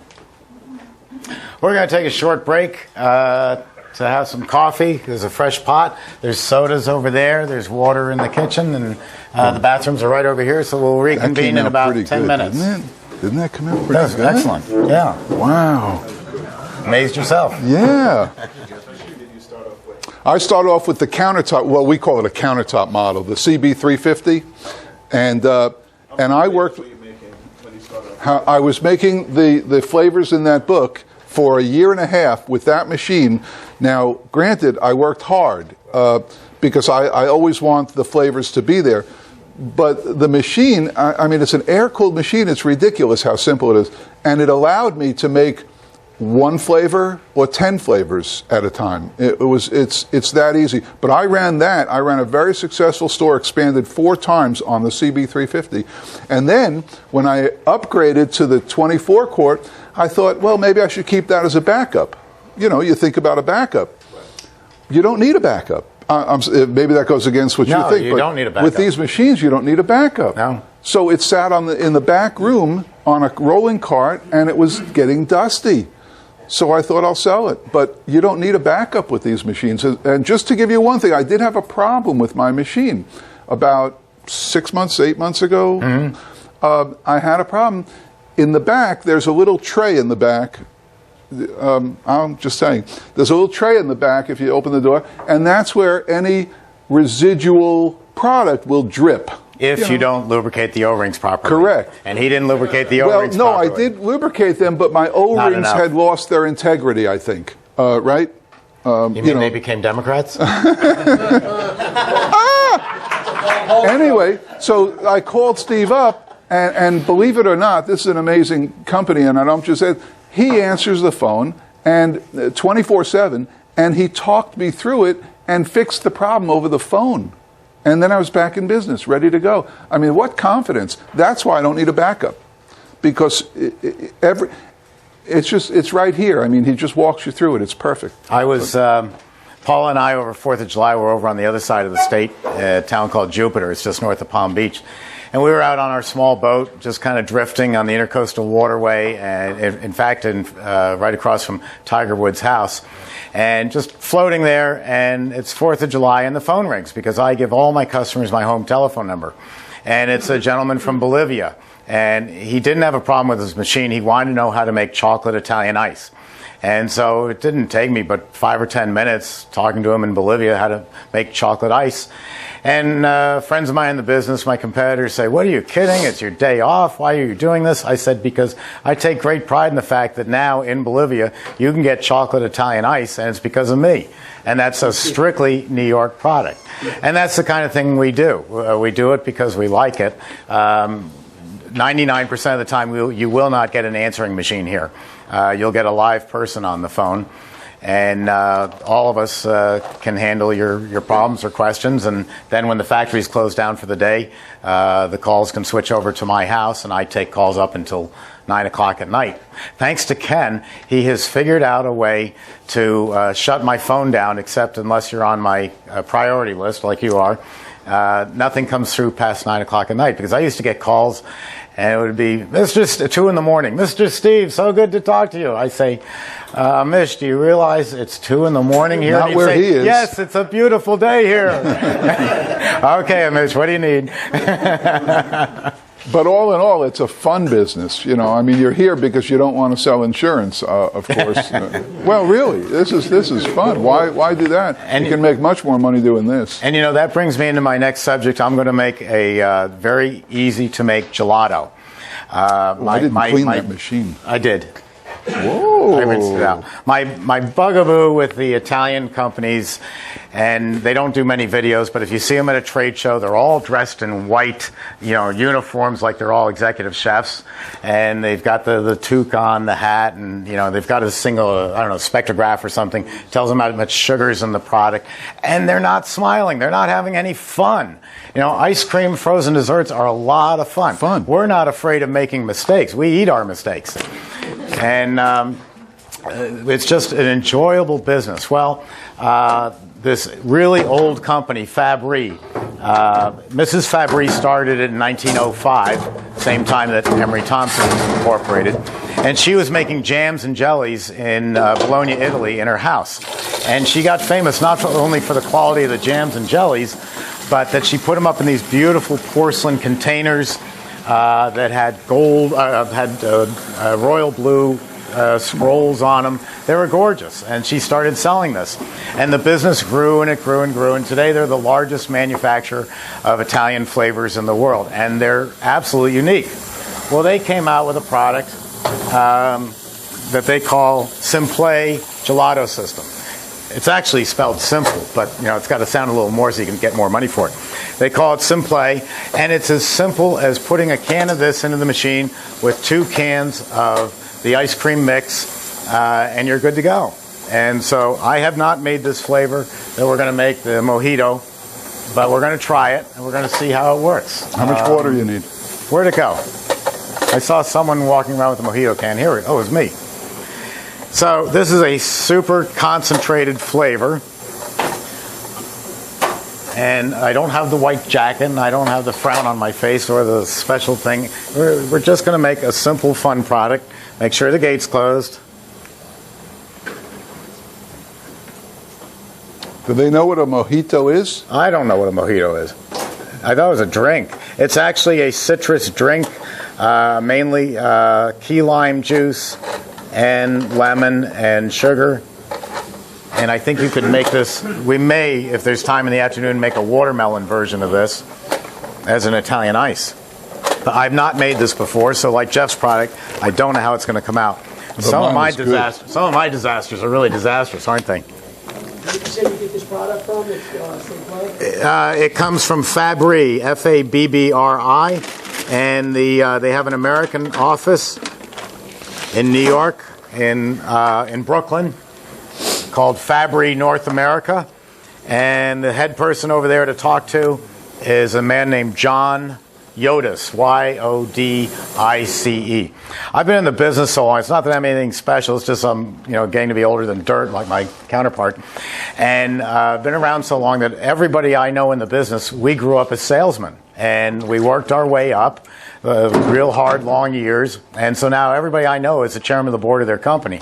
So anytime I give you a name, it's going to be someone at the top who can really help you. So we're going to put one container in. What is that you're putting in now? I'm putting in the 10% dairy product, milk, cream, sugar, and skim milk that we made the ice cream with before. This is making gelato. Now, over in Italy, a gelato is going to be a slightly lower butterfat content. It's going to be about 8%. Here in the United States, the better quality is going to be a 10%, so that's what I use. Actually, when gelato came to the United States, it first came to San Francisco. And there, they took Italian flavors like this and 16% butterfat ice cream mix, because that's what was available in San Francisco, and they called it gelato. So the Americans tend to take what's good and improve on it. And once I get this going, I'll show you why American gelato is better than any Italian gelato. All right, so I'm going to turn this on. I'm going to turn on the refrigeration, and I'm going to slow it down. I was extracting the product before, so I had it at full speed. Now I'm going to take it down to about 140. There's 136. That's close enough. And I don't know how long this will take, so I'll just set a reminder. I was on a bus once going through Italy, and it was an ice cream tour done by Malcolm Stogo. And I stood up in the back of the bus after 3 days of this, and I said, Americans make better gelato than the Italians ever could. Well, everybody was in an uproar. They go, oh, how can you say that? That's terrible. I said, well, and they said, you don't even eat ice cream. You're a type 1 diabetic. How would you know? I said, I don't even have to taste it, and I can tell you Americans make better gelato. And I'm going to show you why and how. The Italians have beef cattle running around the countryside. They don't have dairy cattle. They don't have Jersey cows or Guernseys to milk. They have only the beef cattle, the Black Angus. So anytime an Italian has any kind of milk product, it has come from the Pampas in Argentina, where there's a large Italian population. The cows are milked on the Pampas. It is then taken to a factory where it's a product called spray drying, actually invented by a friend of mine's father, Henningsen Foods, back before World War II, where you can take a liquid like this and blow it through a series of ever smaller screens, and you just blow the liquid product through it, and it turns into a powder. That's how they made powdered eggs. Well, that's how the Italians, how they transport the liquid. They take it from a liquid and they transport it or make it into a powder, and then they ship it by the tanker load by boat over to Bologna, Italy, where they then put that powder up into a bag, very pretty bag with this is Fabri's designs of old, and they put that into a bag. They ship it to the port of Elizabeth, New Jersey. They then ship it to you in Akron, Ohio, and they tell you to take this product and pour it into a container, add water, and stir it all up, and then repasteurize it, reheat it up and pasteurize it, and then you can turn it into ice cream. Now that's how they make gelato. I'm making gelato today by calling up my local dairy down in St. Pete and say, hey, you got any moo juice that came out of the cow yesterday? This came out of the cow, as we said before, yesterday. It was delivered here early this morning. This is only a day and a half old or a day and a half fresh, and it's going right into the machine. And so you have to ask yourself, which would you rather eat? Gelato that was made from this stuff, a powder, or that came out of the cow yesterday? So that alone means that we Americans are going to make a far better gelato than they ever could, because taking a natural product like this and turning it into something that it was never intended to be, a powder, just doesn't even make sense. Now, granted, in locations, you're going to have to do it. We have some people here from one of the Caribbean islands, and shipping this is going to be quite expensive. So you'll have no recourse but to use this. This is a wonderful way to go anywhere in the world and make really good gelato.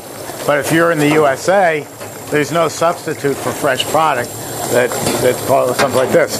The only problem that bugs me and everybody else in the dairy industry is that we don't call it what it is, a blend of milk, cream, sugar, and skim milk. We call it mix. Terrible word, mix. But that's what it is. And so we're able to make all the different Italian flavors. Yes?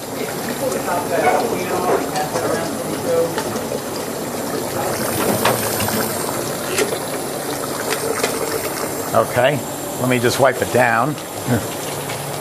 No, I'll use it. Right, thank you.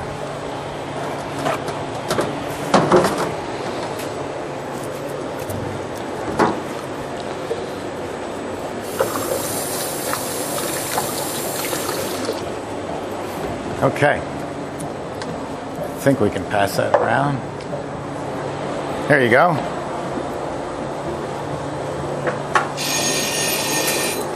All right, that was just 5 minutes, just to give me a guesstimate. I'll take a look. You read my mind. Short story. Yeah, true.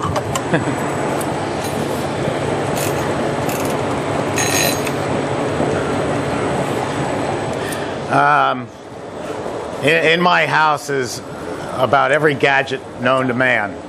It takes me 5 minutes to break into my own house to get through the different alarm systems. Why? I mean, what am I going to do? Get attacked by a cow out here? But I just love gadgets.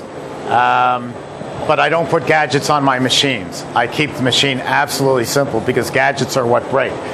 The infant overrun control is not a gadget. It's a proven system that's been around for 11 years, and they're bulletproof. They're great. But other than that, we do not automate making frozen desserts. I've done so many trade shows. I've got one coming up in November where we're going to have side by side me and 4 Italian companies with American names.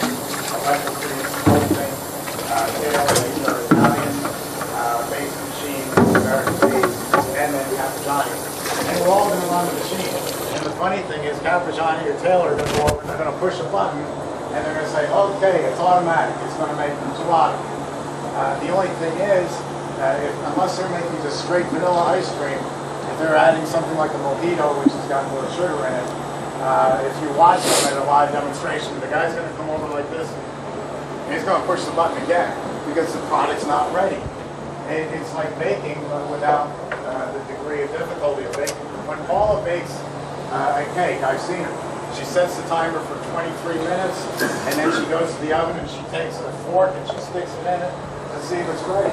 She doesn't just pull it out after 23 minutes. It's done, because it may not be. There's variables in there, and the variables are really pretty simple. If Jeff can master it, and you've been in business only 3 years, and you mastered it within the first few weeks, it's that simple. It's really that simple. Simple.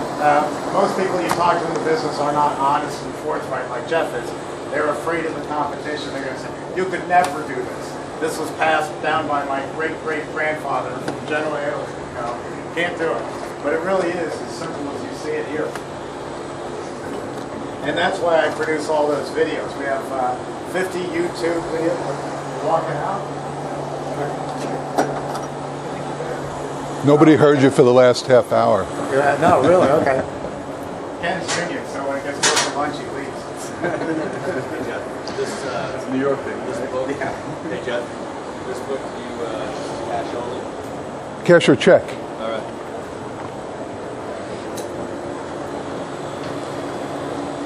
But if you want to take it today, go ahead and take it, and you can just write us a check. I'll pay Jeff. Okay, Or he'll just add it to the cost of your machine. No.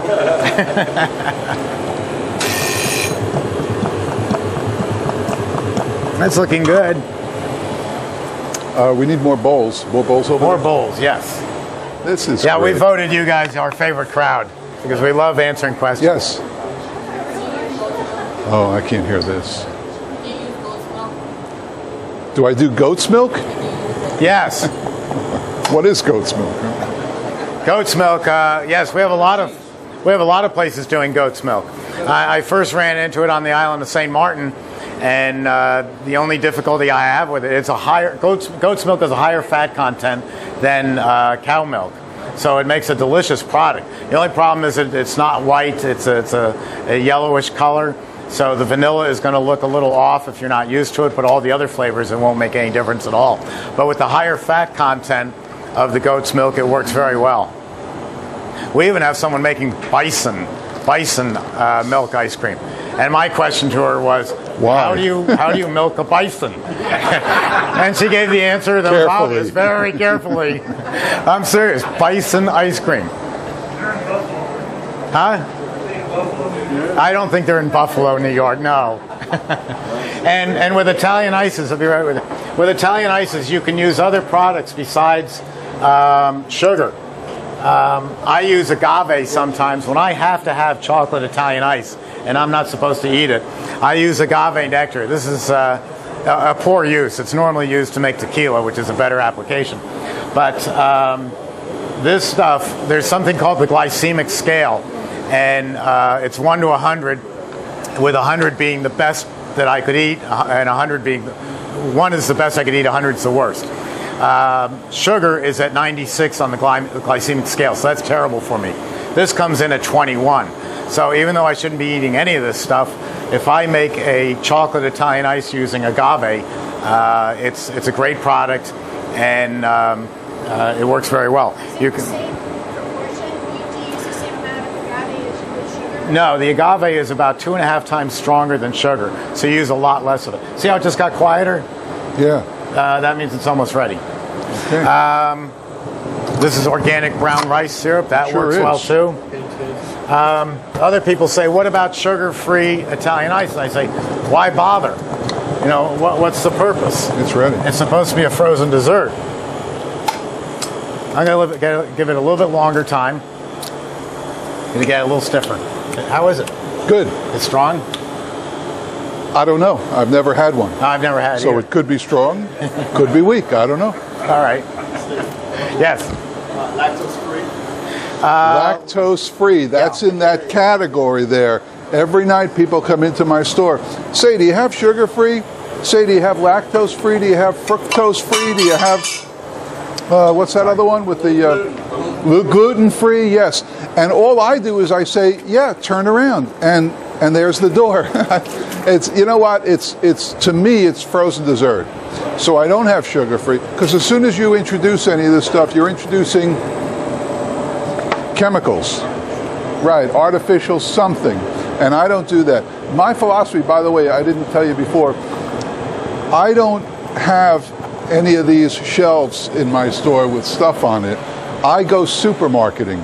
I buy everything in the store to make ice cream.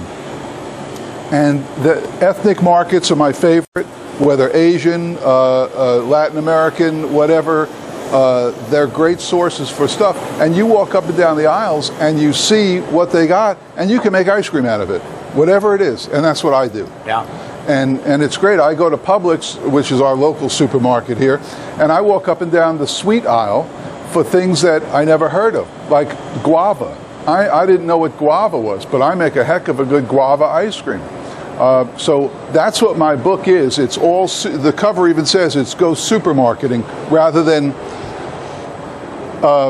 the other way.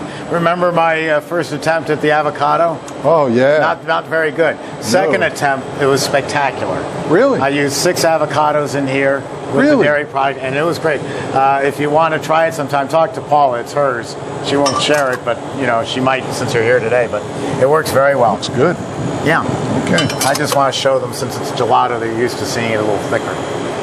Okay. Thickerer. Okay. Yes, you can make a sugar-free Italian ice. My first answer is why bother? The second answer is you do it without sugar. You use a product called multidextrin. And multidextrin, if you read up on it or if you try some, I bought some some other brand of chocolate candies made with multidextrin, sugar-free. Great, diabetic, I can eat all I want, which I did. It says on the package in little print, if you eat more than 2 of these, you'll probably have a severe case of diarrhea. And sure enough, I ate the whole bag, and that's what multidextrin does to you. So, yes, we can give you a sugar-free Italian ice, but you need something to freeze. You can't just take flavor and water and call it Italian ice. It's an ice cube. You need something in there that freezes. The multidextrin will freeze, but it'll do horrible things to your body. All right, this is ready, and I'm going to speed it up.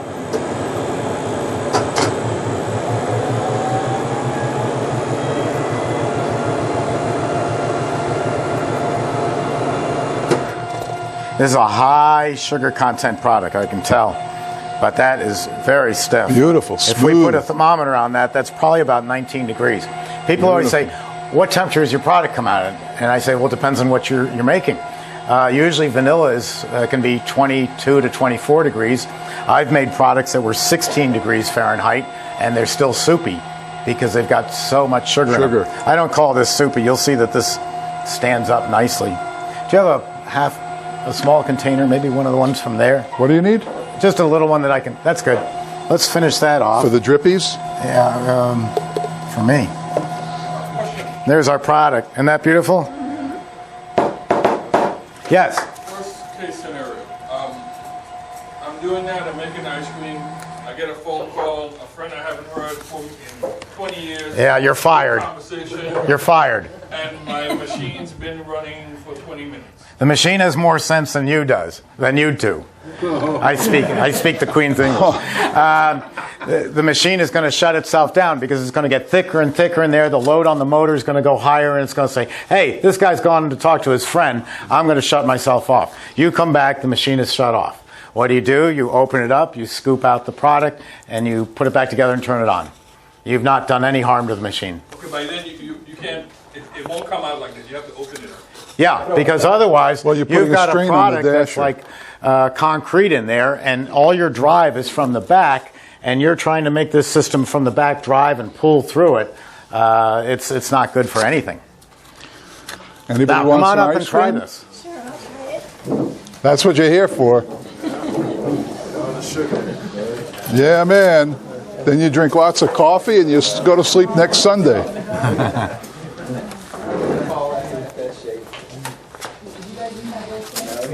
Hey, that is good. Grab me a spoon. Smooth. Smooth. Hey, I'm 2 for 2. Yeah, It's a good that's thing right. we're taping this. I've never done this well. That lemon ice was really good. We took this right like it is coming out of the machine. We're going to, yes, a question. Something like a mojito. Saying what? Mojito. Yes. How would you give that the ice cream identity? Put a label on the container. I have been successfully growing peppermint mint at home. It's taken me forever, but now I got tons of it. And want I some? should have. I was going to cut off pieces of it and just put it into each dish of ice cream. That would look very pretty. Or I'd have the back room with the bottle of rum and say, hey, come here. You know? It needs the rum to be a drink. Want some more ice cream? Yeah. Let me. Hold it. We have seconds here. Oh, gosh. Okay. This is a big hit. Good. You're going to get a big head. And you saw how simple that was. That was right out of a can from an extremely good flavor company. I didn't have to go to school in Italy for 5 years to learn how to do that. I just had to open up the can without cutting myself. So how much alcohol would the ice cream tolerate? You want some? I have put in easily a quart into the bigger machine. So in a 12-quart machine, I can put a quart of alcohol in, which will stay in suspension. With this little one, I make a great wine sorbet. It's a bottle of wine, an equal amount of water, a pound of sugar, and a bag of red raspberries. And I make a red wine sorbet. That's up on the website, by the way. That's one of the 50 YouTube videos that I've done.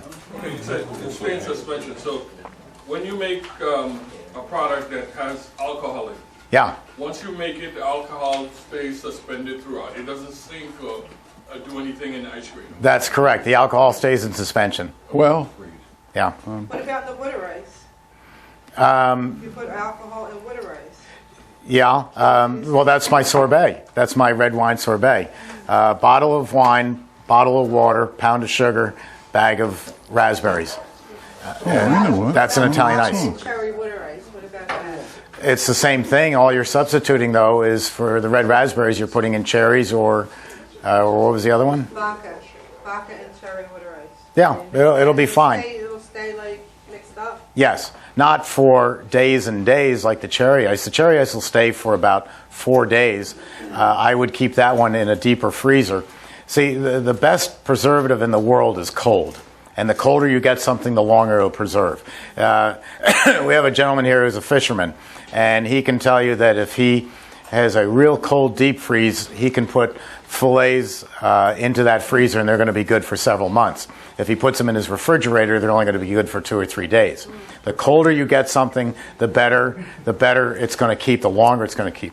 That thing goes to 40 below zero, and we were in the Bronx. Our salesman used to go fishing on the weekends and then come in and bring all their catch in there, because once you got down to 40 below, it was so rock hard you could keep your catch for months.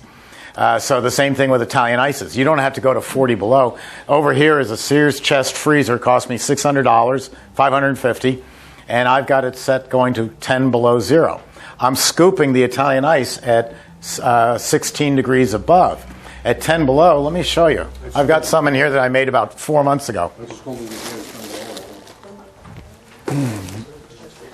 I don't think I'll hurt that tough. Wow, nothing's covered. I don't have any Italian ice left. I'll pass this around. This is peppermint ice cream that I made, and that's at 15 below. Hard as a rock. It'll stay perfect for about 2 or 3 months at this cold temperature. I always tell the same story. This lady in Newark, New Jersey calls up and she says, I've got bubblegum licorice ice cream that I made last March. And the question is the bubblegum licorice ice cream still good today in October? And my answer is, yes, ma'am, it's as good as the day you made it because you've got it down to 30 below zero. However, if it's been sitting in your hardening cabinet for 7 months, your customers are telling you, hey, we don't like bubblegum licorice ice cream. That's a lousy flavor. Get rid of it. I put up pints because I don't have an ice cream parlor. I have That it for stuff bribes. was right next to the Sharknado ice cream, wasn't it? Yes, yeah. I use this as bribes. I was going to say that when I'm pouring in here, and you notice I don't spill or anything, I only have one eye. So if you tell me, oh, I'm going to spill, I just say, well, I'll show you how not to. But I go to a specialist every once in a while just to keep him happy. And they've got, specialists they have, they make all their appointments for 3:30 in the afternoon. And the secretary says, when you come, make sure you bring War and Peace. You're going to be here for a few hours. Well, I went to one of those appointments once, and then I figured out if I brought ice cream, I could get right in. And so you bring ice cream and you bring the cups and the spoons. And the secretary says, oh, I'll give that to the doctor. I go, I'll give it to the doctor. And you get right in. So I'll just pass that around. But that's ice cream that's been hardened, and that's going to keep for months. I'll probably give it to I'm a cheap person, I'll give it to my brother-in-law for a Christmas present. I got to do the conversation now instead? No, we'll do that We got afterwards. an hour. No? No, I think we should make your product. Okay. Let me just sanitize real quick. Oh, you want me to use this one though, right? Yes. Okay. So switching gears, I thought we'd make chocolate ice cream. Since it's back to basics, we made vanilla custard and now chocolate ice cream. And to chocolate ice cream, to any ice cream, you can add whatever you want. And I brought some chocolate chips. If we vote that we add chocolate chips to it, we have chocolate chip. If not, we have chocolate. So I've got 4 quarts of mix, and I do things a little different. I add an ounce of vanilla for every quart of mix. So, and I usually do 10 quarts at a time. So I'm usually adding 10 ounces of vanilla. Vanilla is very expensive, and my ice cream is very expensive on my side of the equation. But it makes a good ice cream, so I do it. I don't skimp on anything. So we're going to add 4 ounces of vanilla. Vanilla is a whole nother thing. We could talk for an hour on vanilla. So that's 4 ounces of vanilla in the mix. Yeah, you have some question? No? No. Who, me? And to that we're going to add the secret ingredient. You can make this with cocoa. I used to make it with Hershey's cocoa, sugar, and water. And it was really good. But now I make it another way. What's that? 4 quarts of mix, 4 ounces of vanilla, and this. Where's my spoon? You want to put that Mojito away? Yes, I do. Not here.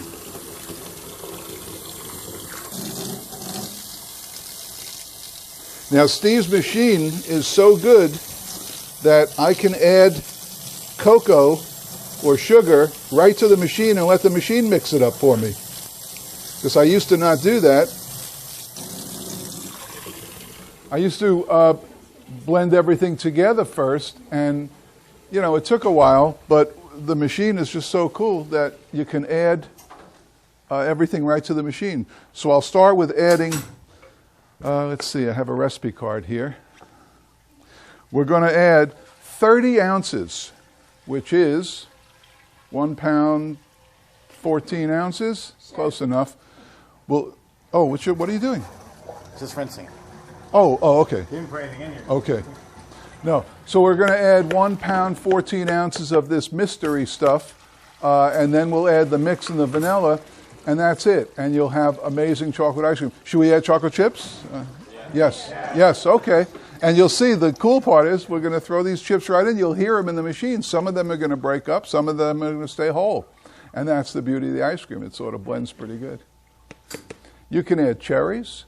What else goes with chocolate? Nuts. You can add caramel. You can add mini marshmallows. You can make Rocky Road.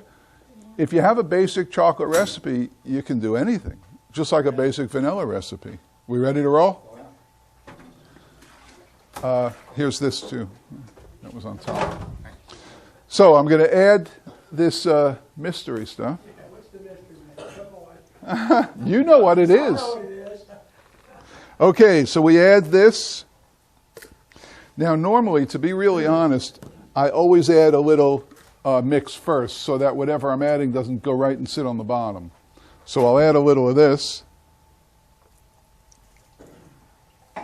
And then also whatever I do, I save some at the end so that any dry ingredients I'm adding, this will wash it down the throat at the end, right? You know that. So here we go. We're adding this stuff in. A little on the floor. Very quiet crowd. If you have questions, please ask them.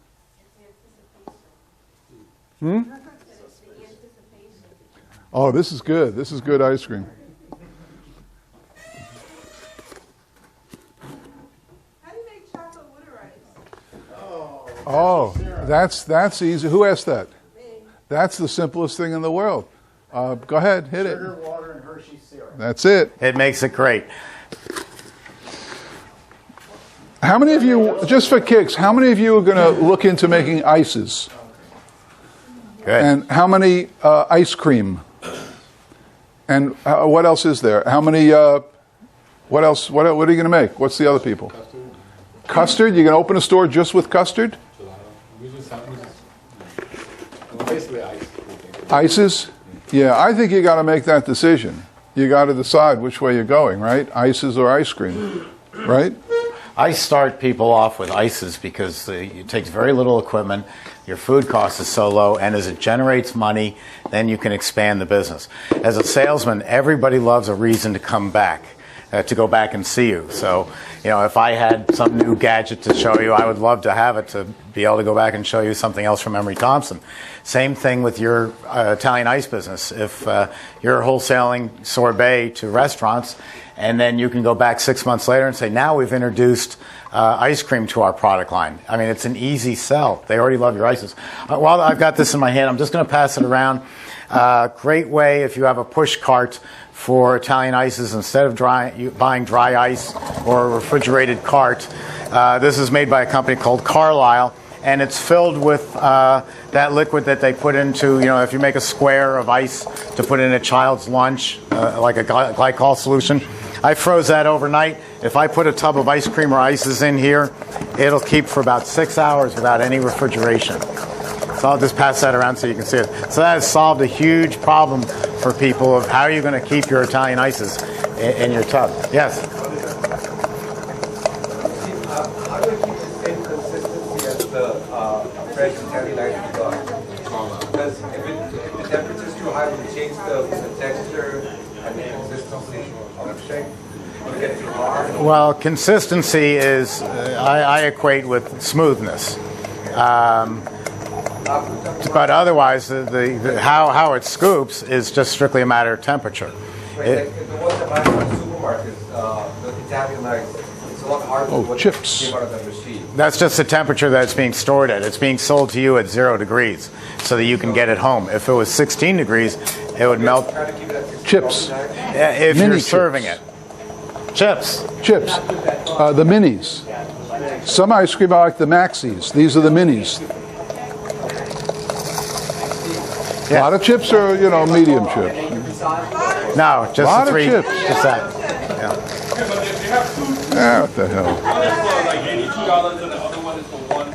A lot of chips. Which one is this? That's I paid $73 for that. It's the same as the $82 one. It's just where you buy it. You can find them on the internet. Just shop it. What speed? Let's take it to 170. That's a premium ice cream, yeah. This is a 12 quart. Yeah. At full capacity, it would make one of these tubs.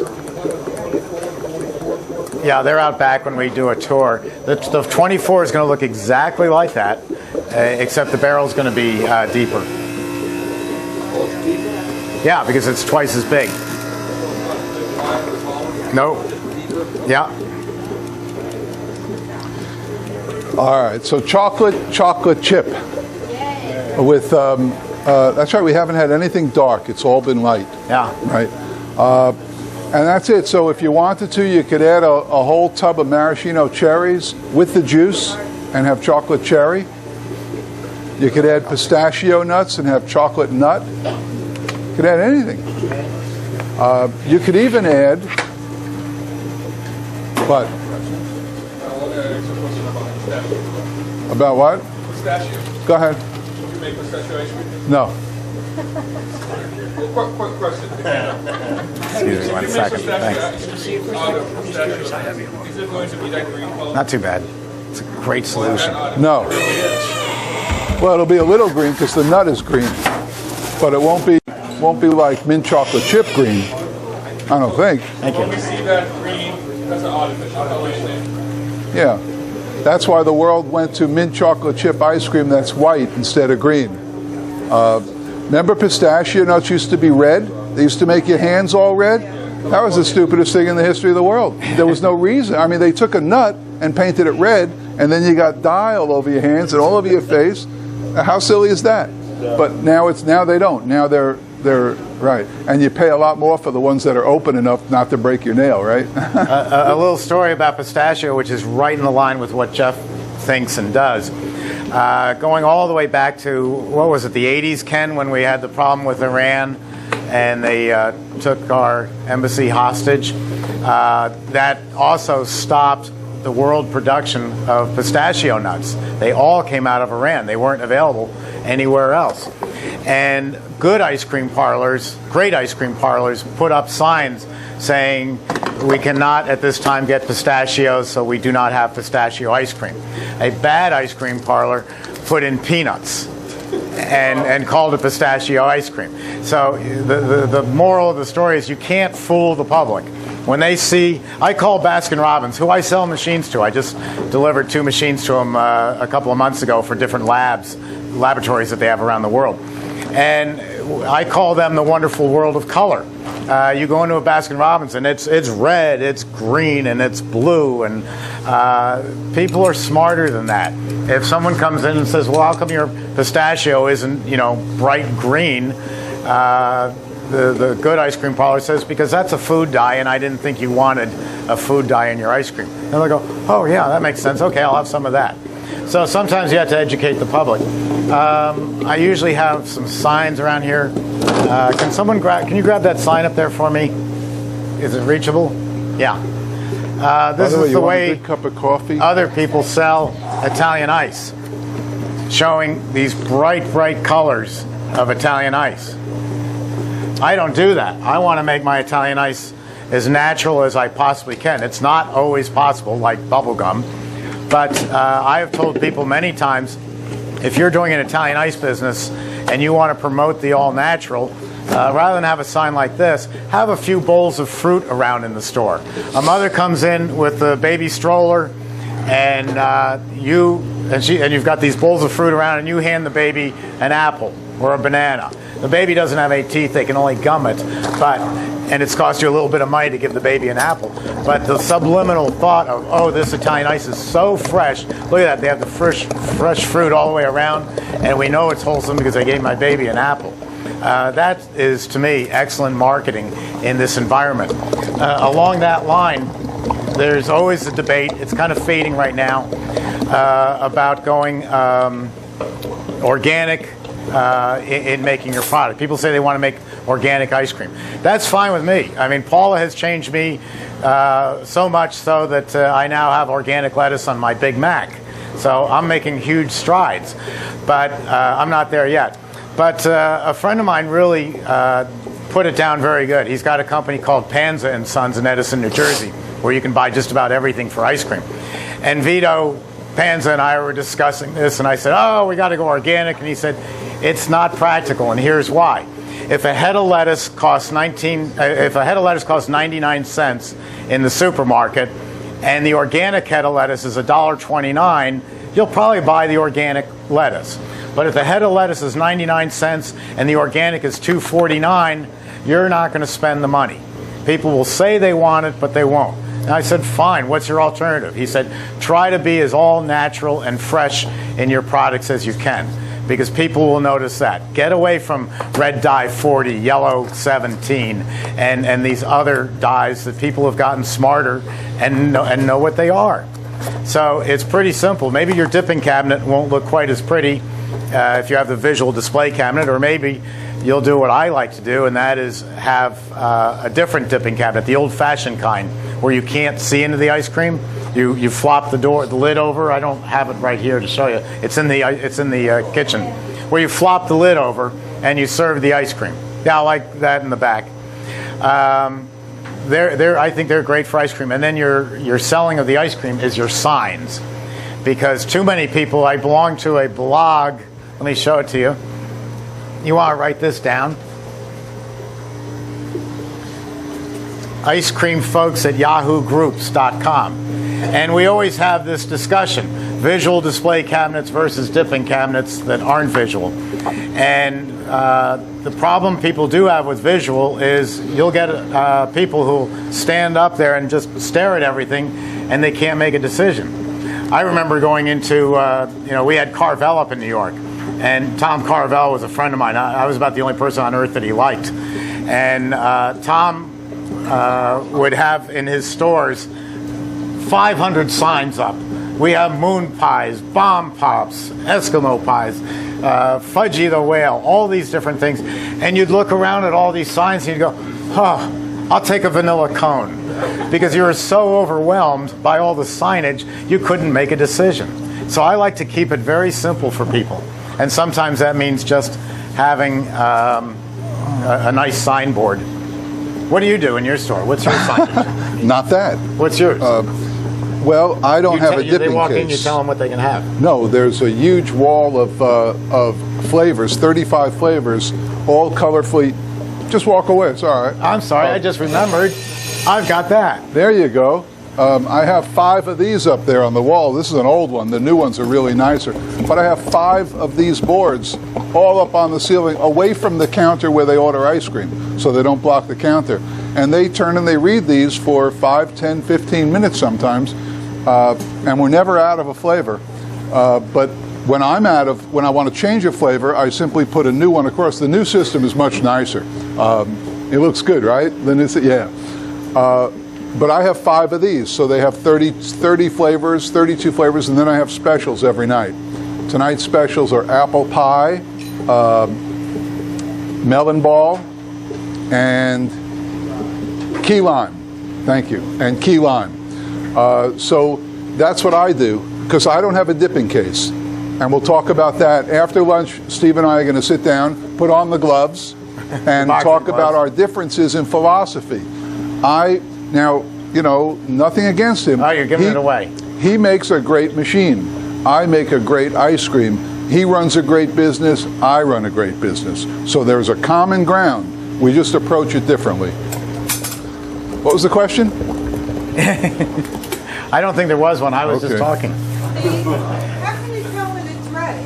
I'm looking at it. Let me show you when it's not ready.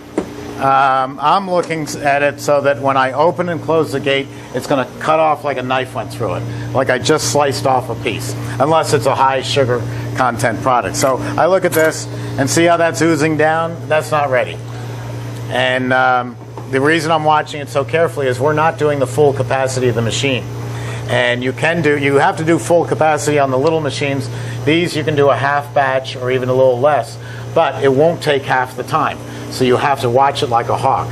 I get into this argument all the time with my customers, and the argument is, I want to make all these half batches, and I'm saying, are you not confident that it's going to sell, or does it not sell well, and thus you only make 1 tub of it? Because if that's the case, you've got the wrong flavor. If I'm an ice cream parlor and I'm selling avocado ice cream and the only person who likes it is Paula Thompson, it may not be a good flavor for the business. It's good for the family, but not for the business. Now, that being said, 2 things. You have to watch it, because if it goes if you take it out 30 seconds too early, when it freezes, it'll freeze with more watery content in it, and it'll get like a little icy. If you take it out 30 seconds too late, it'll be like butter, and it's no good. Now, I've thrown out a lot of ice cream because I pull it out, and he draws it out a little later than I do. I always err on the side of early because I've tasted it when it's 30 seconds, 40 seconds after it should be, and I don't like it, so I dump it. And it's just not that difficult. Who took Jeff's class yesterday? How much more confident are you now about making ice cream than you were the day before? And if you did it again tomorrow, you'd be, up to my level, and a few days later, you'd be a pro at it.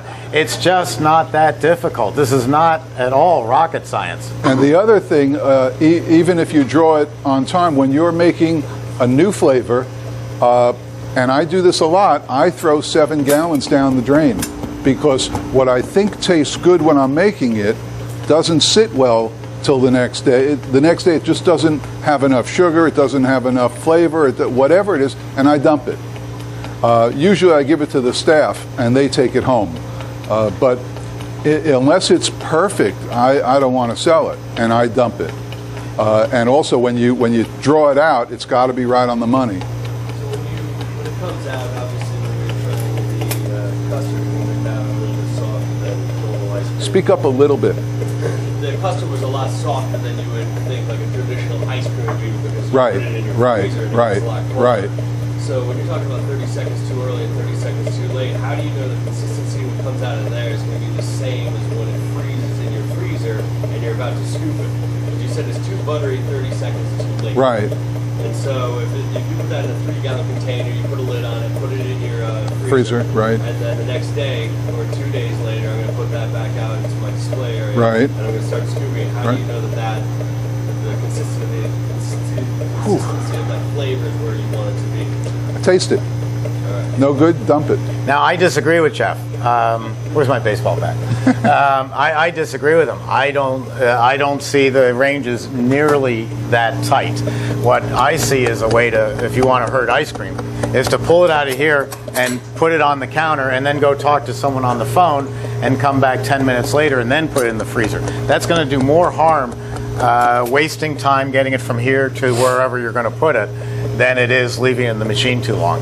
The machine is not that critical. Well, to me it is. That's why I sell ice cream, you sell machines. But it will be softer coming out of the machine than it's eventually going to be when you're going to be putting Well, it it's not softer, it's more dense, I guess. I don't know. The consistency, you'll know in the first week of making ice cream when it's ready. We're also making all low over on ice creams today. If I up the air, it's going to completely change the texture. See how it's cutting off? See that's cutting off? Not quite, but it's close. See, there's And I always take it out sooner than he does, and you'll take it out later than we do, or whatever. As long as you like it, your product. And, if you're true to yourself, your product will sell. I don't really make products for the customer. I make what I think is the best thing, and hopefully they buy it. and again, Yeah, that's really close. Again, with the sugar content varying the freezing time, if I was to automate this machine, which, we've been doing this 108 years, I can put all the gadgets on I want.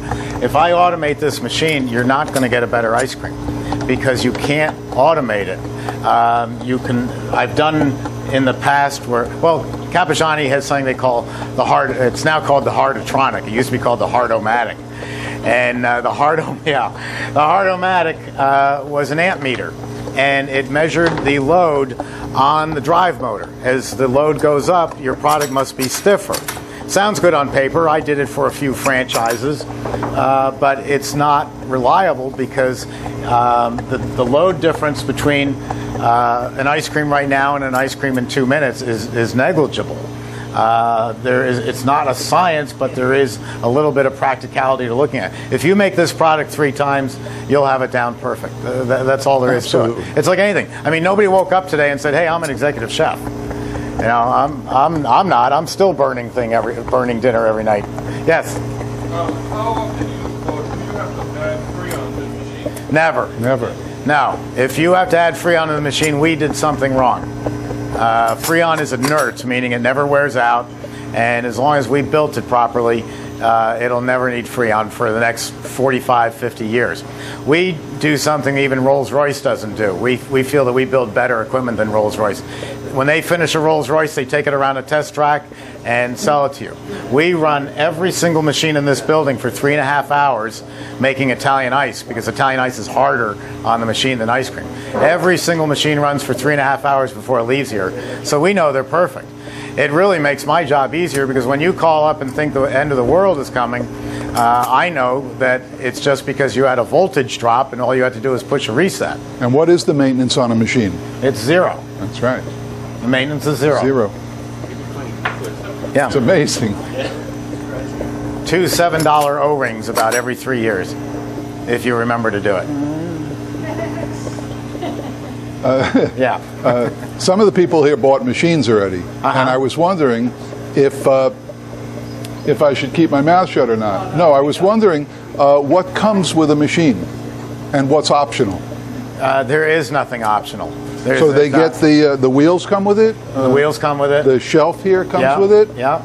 I come with it. The O-rings come with it? Yeah. The gasket around the door? Everything. Timer?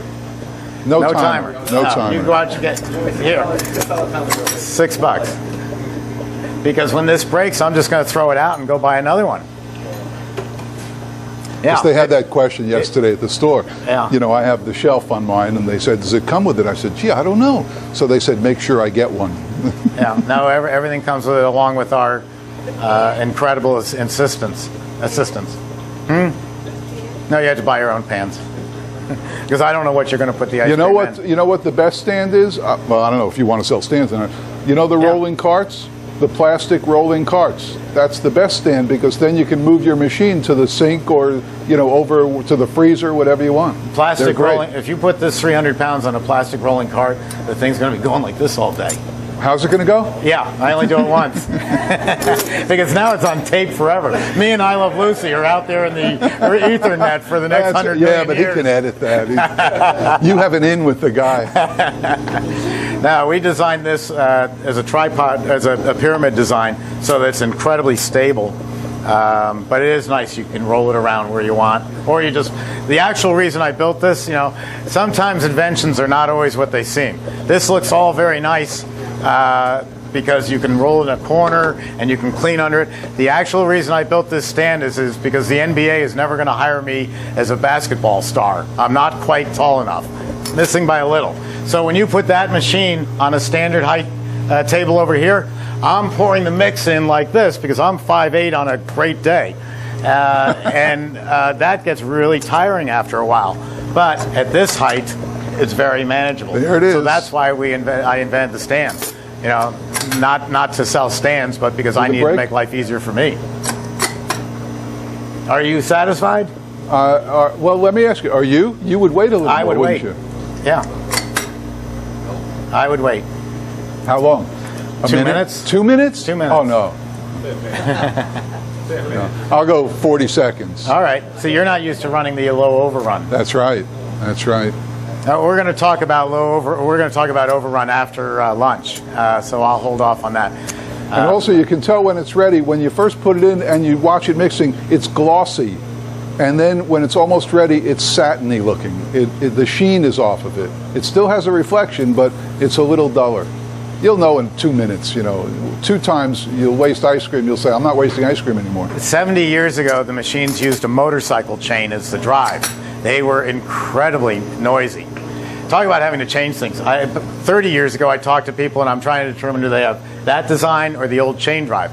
And they'd say, well, what's the difference? I'd say, well, the chain drive machine looks like an iron lung sitting on a table. Well, I said that the other day to someone who was in their 20s, and they go, what's an iron lung? And I go, oh boy, I've really dated myself. But, so let's see, today you talked about an iron lung, diarrhea. Yeah. Okay. Yeah, we're covering all and Democrats. And Democrats. Yeah, especially Democrats. But the chain drive people, they call up, 70-year-old machine, and this guy calls up and he's ordering parts and he's shouting at Paula.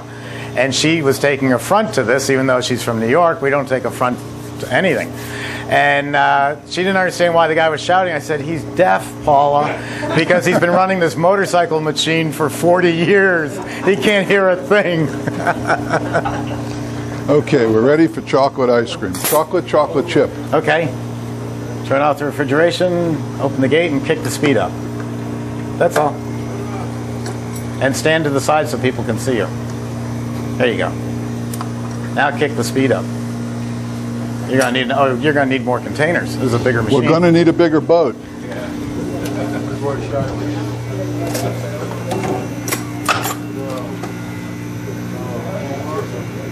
More? Who said that?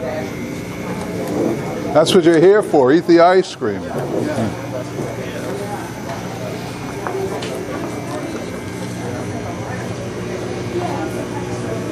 This is with the 10%, right? Oh yeah, it's all 10%. 10%, all 10%. I tried 12, I threw it away. Yeah, I didn't like it. Question. That is the only problem you'll have when people on YouTube watch the videos. They can't taste it and they can't see our reaction. Yeah, well, thank you. Only problem. Well, you should have seen the reaction on the Sharknado ice. That we did see. Yeah, oh yeah, that is on there, isn't it? Yeah. That didn't work so well. The avocado wasn't so hot until the second time. It was great. No comment. How cold would your freezer have to be to put this? Because this is supposed to be hard, right? Well, Yeah. it will be tomorrow. What's the number of degree? I would have Mine a are freezer below 0. Yeah, mine are minus 10, minus 15. So you say you're not hardening your ice cream, but technically you are. No, those are. What, you want more? You want more? Sure. No, that's a reaction for you. Wait, I'll give you more. Yeah, you mentioned about people on the video can't try it. When like we've been chocolate, doing huh? this for a few years, me too. and Jeff's been doing it with me for most of this year. You want some People more come too? in and they're excited. They're going to get free ice cream, and they eat all this ice cream and all this Italian ice. Somewhere around 1:30, Okay. I'll ask you, "Would you like me to make something else?" And everybody goes, "Oh no more." So when you go into the business, be careful not to fall in love with your own product, because it's delicious. Would you all like to see the factory? Give you a quick tour. Jeff, thank you very much. You did a great job. Thanks, Steve, thank you. And great ice cream. No, just batch freezers. Yeah. You make regular freezers? No, that I made for myself.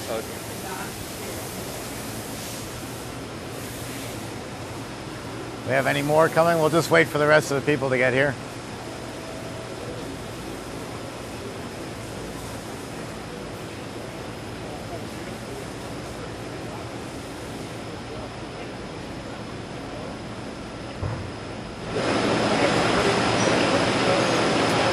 Okay, if you all want to come in a little bit.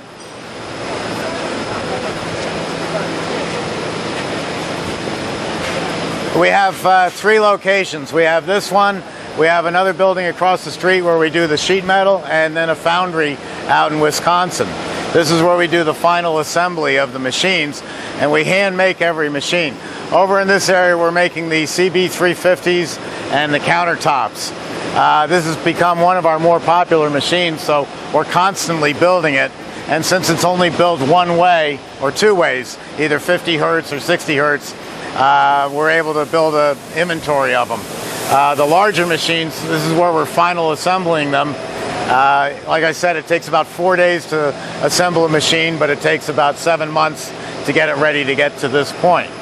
And these are 20-quart machines. We can go over and look. Hey, Jack, can we invade you? These are the 24-quart machines. It's the same size as that 12-quart that you saw physically, only the barrel is twice as deep. And there's only a $2,000 difference between the 12 and the 24, so it doesn't pay to buy the 12. The only people who buy the 12 are larger restaurants where they absolutely only want to make 1 tub. They do not want to make 2 tubs. And the CB350 has pretty much taken over that market, but I leave it on the roster. But this one's going to make 2 tubs in the time that the CB350 made 6 quarts. These are all American parts. The transmission is made up in Buffalo, New York. The motors are made out in Ohio. The compressors are made in Sydney, Ohio. We only use copper tubing because it lasts forever. It's inert. Other people use aluminum. This is going to be a water-cooled machine, so it's going to come with the water connections and the power cord. All you'll do is hook it up like a washing machine and you're ready to go. And this will be tested for, like I said, 3.5 hours before it leaves here. Everything is handmade. This is going to be this is a water-cooled. This is going to be an air-cooled machine. Same design, just a different condensing unit. And this will suck air in from the front and the two sides and then blow it out the back. I've even put this on concession trailers. And in a case like that, we put it right up against the back wall of the concession trailer. But we cut out a hole in the trailer, put in a fan so that we can flip on the fan when this is running, so it's pulling in the air and then blowing it out through the fan. So they're very adaptable. These all come on wheels when you get them.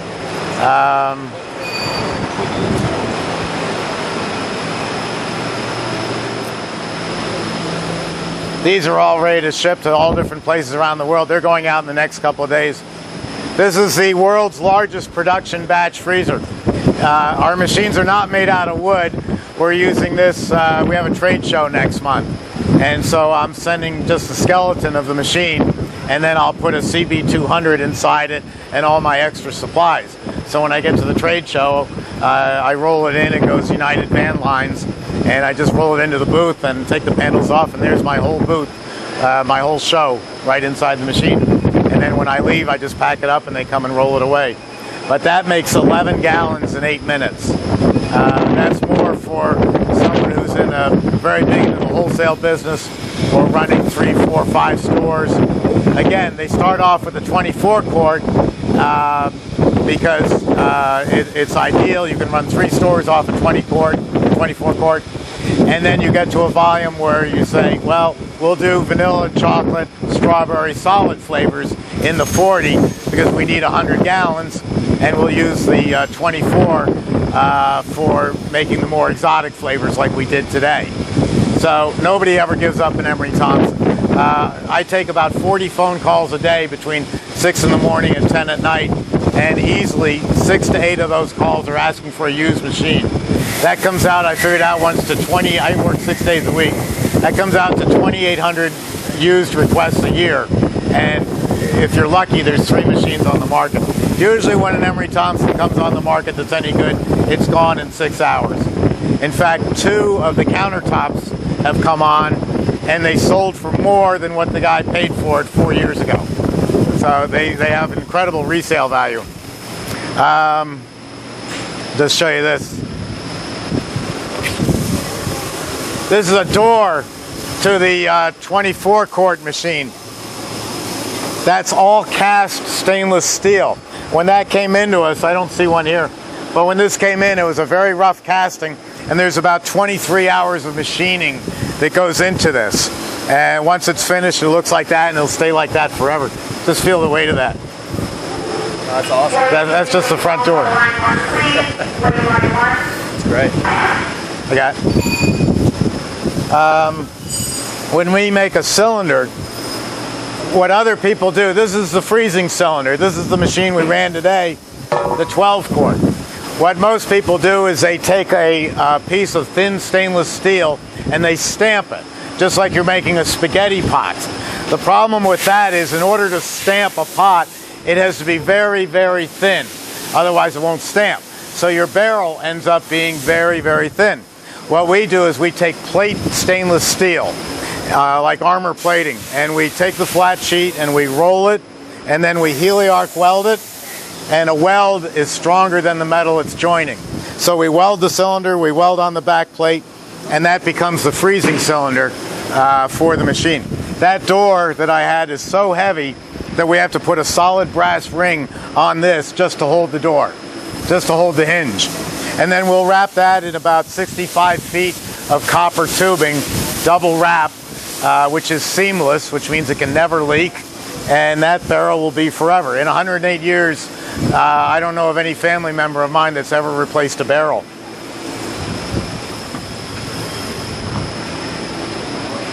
This came from our foundry in Wisconsin.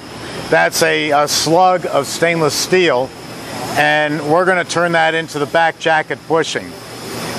So this piece will end up looking like that. Just look at the threads on that; they're so fine, and that's where all the wear is in the machine. That's going to have the drive shaft running in it, and the average lifespan of this part is going to be 20-25 years.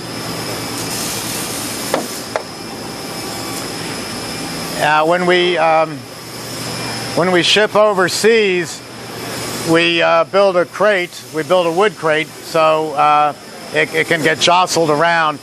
I had one a few years ago that went by boat to Dubai, and they dropped it off the side of the tanker. It fell something like 8 stories in this wood box. It hit the ground. The box burst open. The machine got dented, something horrible, and it made ice cream that night. It looked like hell, but it made ice cream.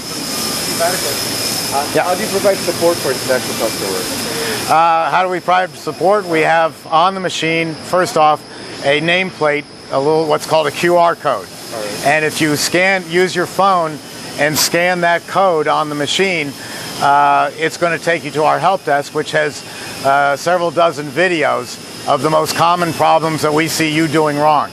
That's if you're at 2 in the morning. If something goes wrong with the machine, you call us, because 108 years we know it better than anyone, and 95% of the time it's going to be something you're doing wrong. If we had to change a motor or a compressor, which we just don't see happening, we would use local refrigeration company. Okay. And we would call them in and they would do it. Ship out the parts to us? Yes and no. I'm very liberal on this. If you call up Friday night and you're doing a huge festival Saturday morning, obviously I can't get a part to you fast enough. I will tell the refrigeration guy, go buy the thermostat that he needs and I'll pay for it. I'm going to pay a third more than I should have, but you're going to get running by Saturday morning, and that's more important to me than profit, because I'm going to make enough profit anyway. Here's our welding department where we're welding the frames together. We make all our own frames.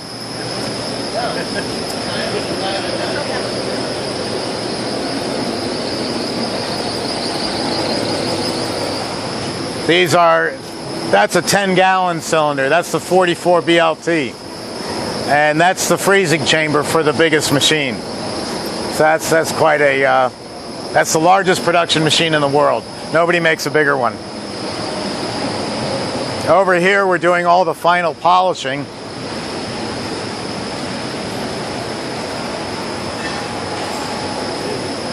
So these started off as a rough casting, and then they're in final polishing now. Just on this door alone, we grind the door in so that it makes a metal-to-metal contact. What that means for you is there's not even a gasket in there.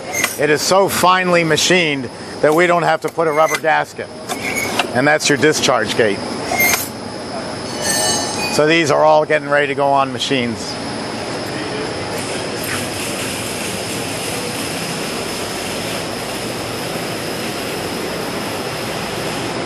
How you doing? Bad yourself? Okay.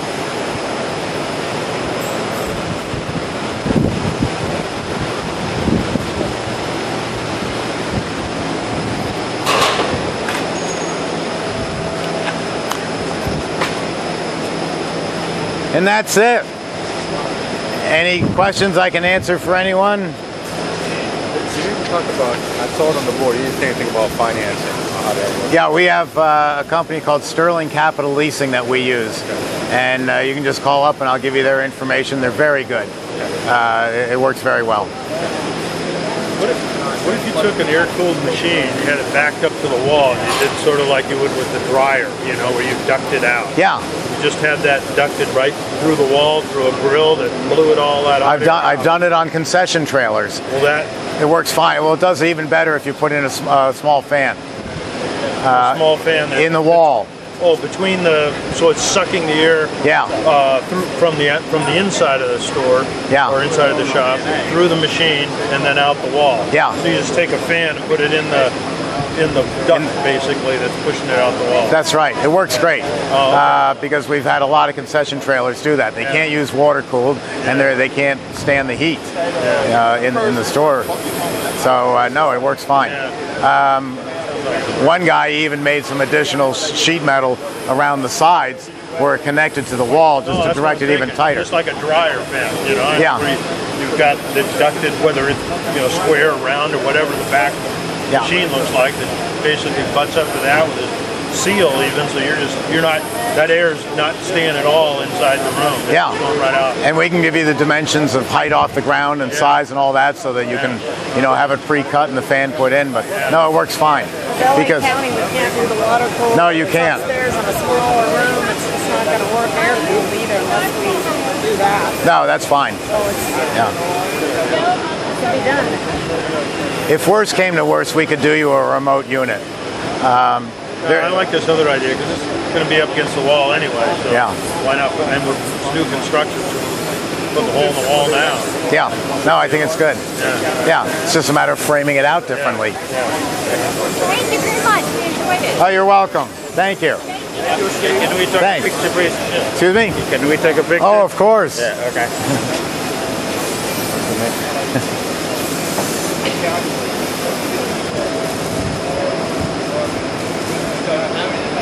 Great. Thank you. Thank you. Me too. Oh, you too. Thanks. All right.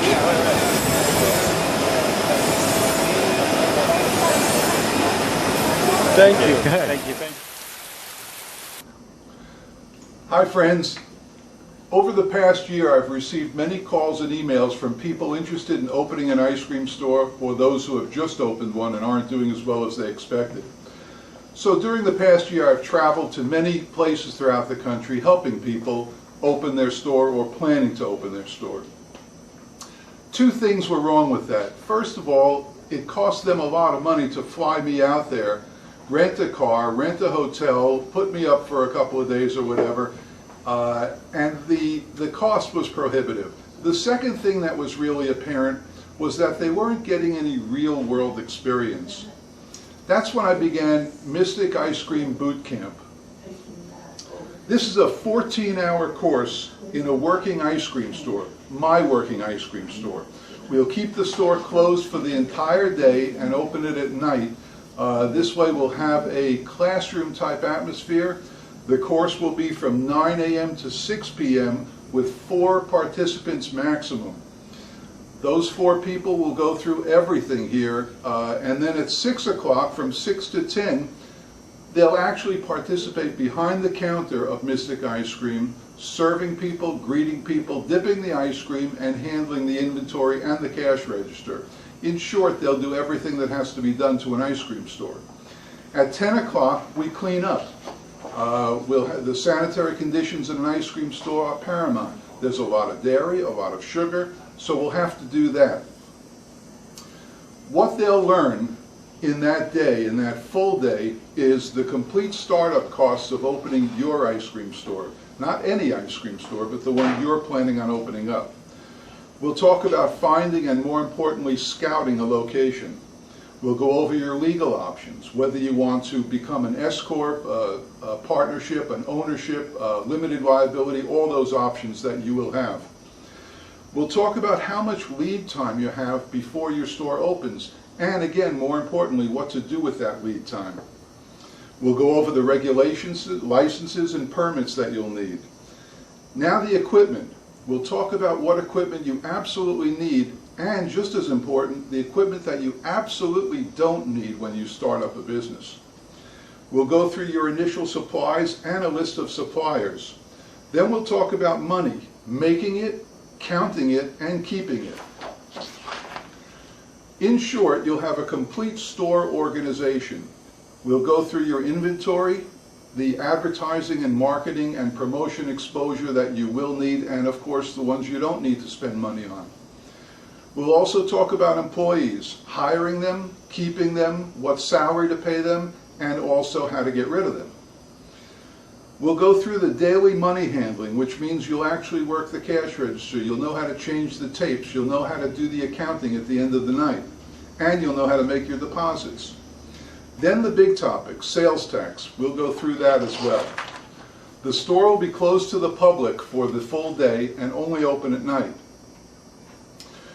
In short, you'll learn if this business is for you. In one day, you'll know.